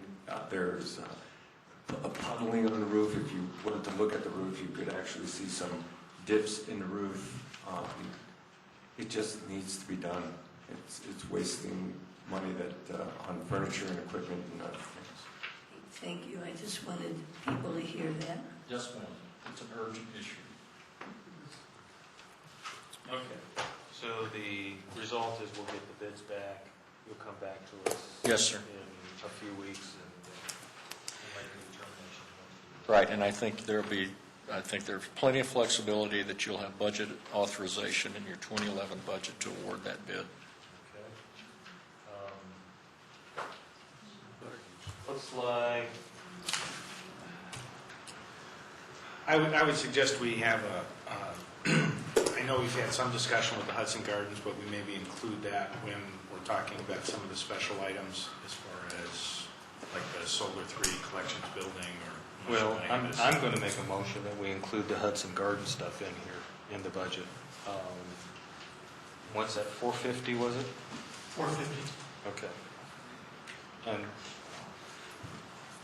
so I move that we increase the open space, added expenditure in open space line item for $450,000 for Hudson Gardens projects. Second. Doug, can I ask why you want to do that now as opposed to do it in? 400. Yeah, that's 400. And even 400. Second, is all right? Okay, then the motion is for $400,000. Reset. Versus having a study? We were going to talk about doing it as a study session, or considering it. I think, Phil, you said think about it later or something. I'm willing to, this doesn't impact our general fund balance. Right. And so what it does is it uses funds that are restricted in their use. We've had a good partnership with Hudson Gardens. They've been talking about this for a while from their perspective. They've talked with us a number of times about this. Something we favorably have had. I'm willing to go to study session, but I'm also willing to consider it now. Does it have any consequences or impacts with respect to the open space task force? Well, only if it reduced the fund balance by so much that the open space task force properties that they come up with They would be couldn't get purchased. But Arapahoe County is going to go to the voters this November for a extension of the open space tax. That's a 0.25% sales tax. It was passed in 2003, a 10-year lifespan. We are projecting an ending fund balance of 2012 of $2 million without this expenditure. My philosophy is if you're going to tax the people and collect the money to spend on projects, then to not spend it is pretty bad. Because you're taking it from them, to take it from them and put it in a bank when you have projects in front of you that need to be done. And then, in addition to that, to ask for an extension of the tax to get more money that you don't spend is a pretty hard thing to justify. So we have these projects. It's an easy deal. It's really up to you if you want to do it. We've already got $2 million in there and undesignated, but if you want to add another $400,000, you've clearly got the money in the fund balance. But when you appropriate it, then you will make a distinct decision that you are funding that $400,000. Also, they're asking for actually two projects. The first one at 250 is the Discovery Garden for children, and then the Santa Fe improvements, which may or may not be able to be done. Okay. And so we're going to have to work on that Santa Fe. They want us to do that part of the design work. But what will happen if that's what you want and we appropriate it, then when the staff puts together the 2012 budget, that big, that has all the line items, when you get to open space, there'll be a line item in there that'll say Hudson Gardens projects, $400,000, and it'll be appropriated. Do we have the bandwidth to do what they're asking us to do this year? In other words, can we? We're going to say have resources and time to account. You would have to consult. We can't do it. That's my question. Yeah, we would have to consult. Pricing. But Councilman Stallman, I think what Charlie's saying that there are technical issues there. That project may not move forward. Or it may go slower. All right, so you want to do the full four? Or just I want to put the full 4 in there, but my expectation also is that we go to South Suburban and we say, Hudson Gardens is your entity. You need to pony up some of this money too. But I think we put the $400,000 in. That indicates that we're willing to, we're committed to the project, and then goes forward, or it doesn't, depending on whether they have the bandwidth or not. So, Jim, how would it work if they want to do this children's garden and where we would have, $250,000 in it? I think it would be appropriate for us to have some sort of recognition with that. It's would be a nice marriage with the recent Best Place to Raise Children. Sure. I can see some sort of tie-in. I don't mind. I don't have a lot of issue with doing something with Hudson Gardens. We had the conversation with them, and I know their money's tough for them too. But they aren't our entity, like Doug said, they are South Suburbans. We don't, the money that we would get out of Hudson Gardens is peripheral people who may stop and shop, and it's an attraction that may draw. Right. So in that regard, it's in our best interest to keep it, I think, vibrant and healthy. But I think that there should be some sort of... You could do, I mean, it would be maybe similar to, we've put in money on like Big Dry Trail, where it's been the South Suburban Foundation. You could put together an IGA, you could put together a memo of understanding, that kind of spells out, I mean, there would be ways that they could put something together so that you kind of have a more formal recognition of what the concept is or what the partnership is, and I think that certainly staff could accommodate that. Yeah, I'm Not just write them a check, but have maybe some sort of MOU or partnership agreement or, whatever. And instruct Charlie or whoever's working on that to bring that to you before they would actually release any of the money. I think there's lots of room for things, if not, even going so far as thinking about we get a naming provision or something like that if we're the major donor to the project. So, I mean, there's lots of things that can work out. The question, I think, before us is whether we want to appropriate the money or not. It doesn't mean we spend it. There's a lot of other things. But we're hearing, though, and Charlie's back there, we're hearing that council is going to want to have some kind of formal agreement when this project gets scoped out and brought it to you. Clarify again for me. Yes, ma'am. So we would be paying the whole thing?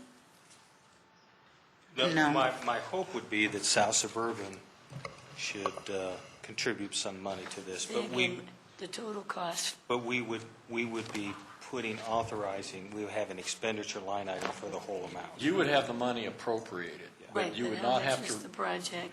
Well, without my looking back. The estimate for the two projects together is $400,000. You'd probably see them in two phases, Dr. Cole. I think the Discovery Garden is probably further along.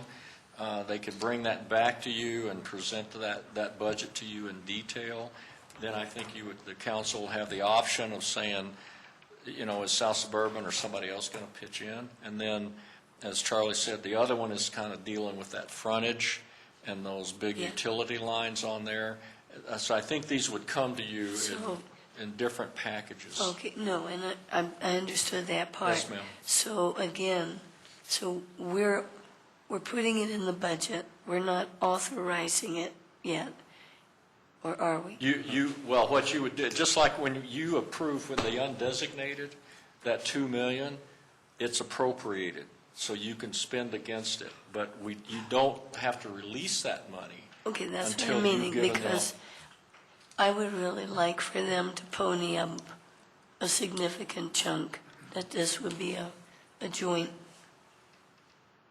In the budget book, the cost of that garden is $750,000, which makes that little weed problem seem pretty cheap. They want $250,000 of our share back. They've got $75,000 of Hudson Foundation funds, and then they've got donor contributions of $325. So we're not the major donor on it. We're probably the major single donor because they're donor funds. So it is a collaboration, and then the corridor is $150,000 from us and $25,000 from their foundation. Okay, I missed that. So in that case, they already are getting other partners in here. So it probably would be the whole $400,000. But once again, you've got $2 million right now as the budget sits, ending fund balance at the end of 2012, and that's with a $2 million undesignated open space purchase. Yes, sir. So. And you have no idea of knowing whether they can raise the donor money. So. They may be using our as matching to go actually start a campaign. Yeah. Sure. Okay, any more discussion? All in favor of increasing or adding expenditure in the Open Space Fund 19 for Hudson Gardens for $400,000, raise your hands. That is unanimous. All right. Is there anything else that we need to cover? Then we're adjourned. All right, council, I know you've worked hard. I'll just remind you, you have breakfast. And I would like to say that I think that the staff did an excellent job preparing the budget. I know it's difficult to do a constrained budget like this. The budget team did a fabulous job preparing the documentation, having the little letters next to the line items that we can then refer back is great. Thank you for doing that. Kudos to everybody. Thank you. Thank you, Mayor. Thank you Appreciate very it. much. All right, see you for breakfast, council. If we stay here 5 more minutes, we don't have to go home.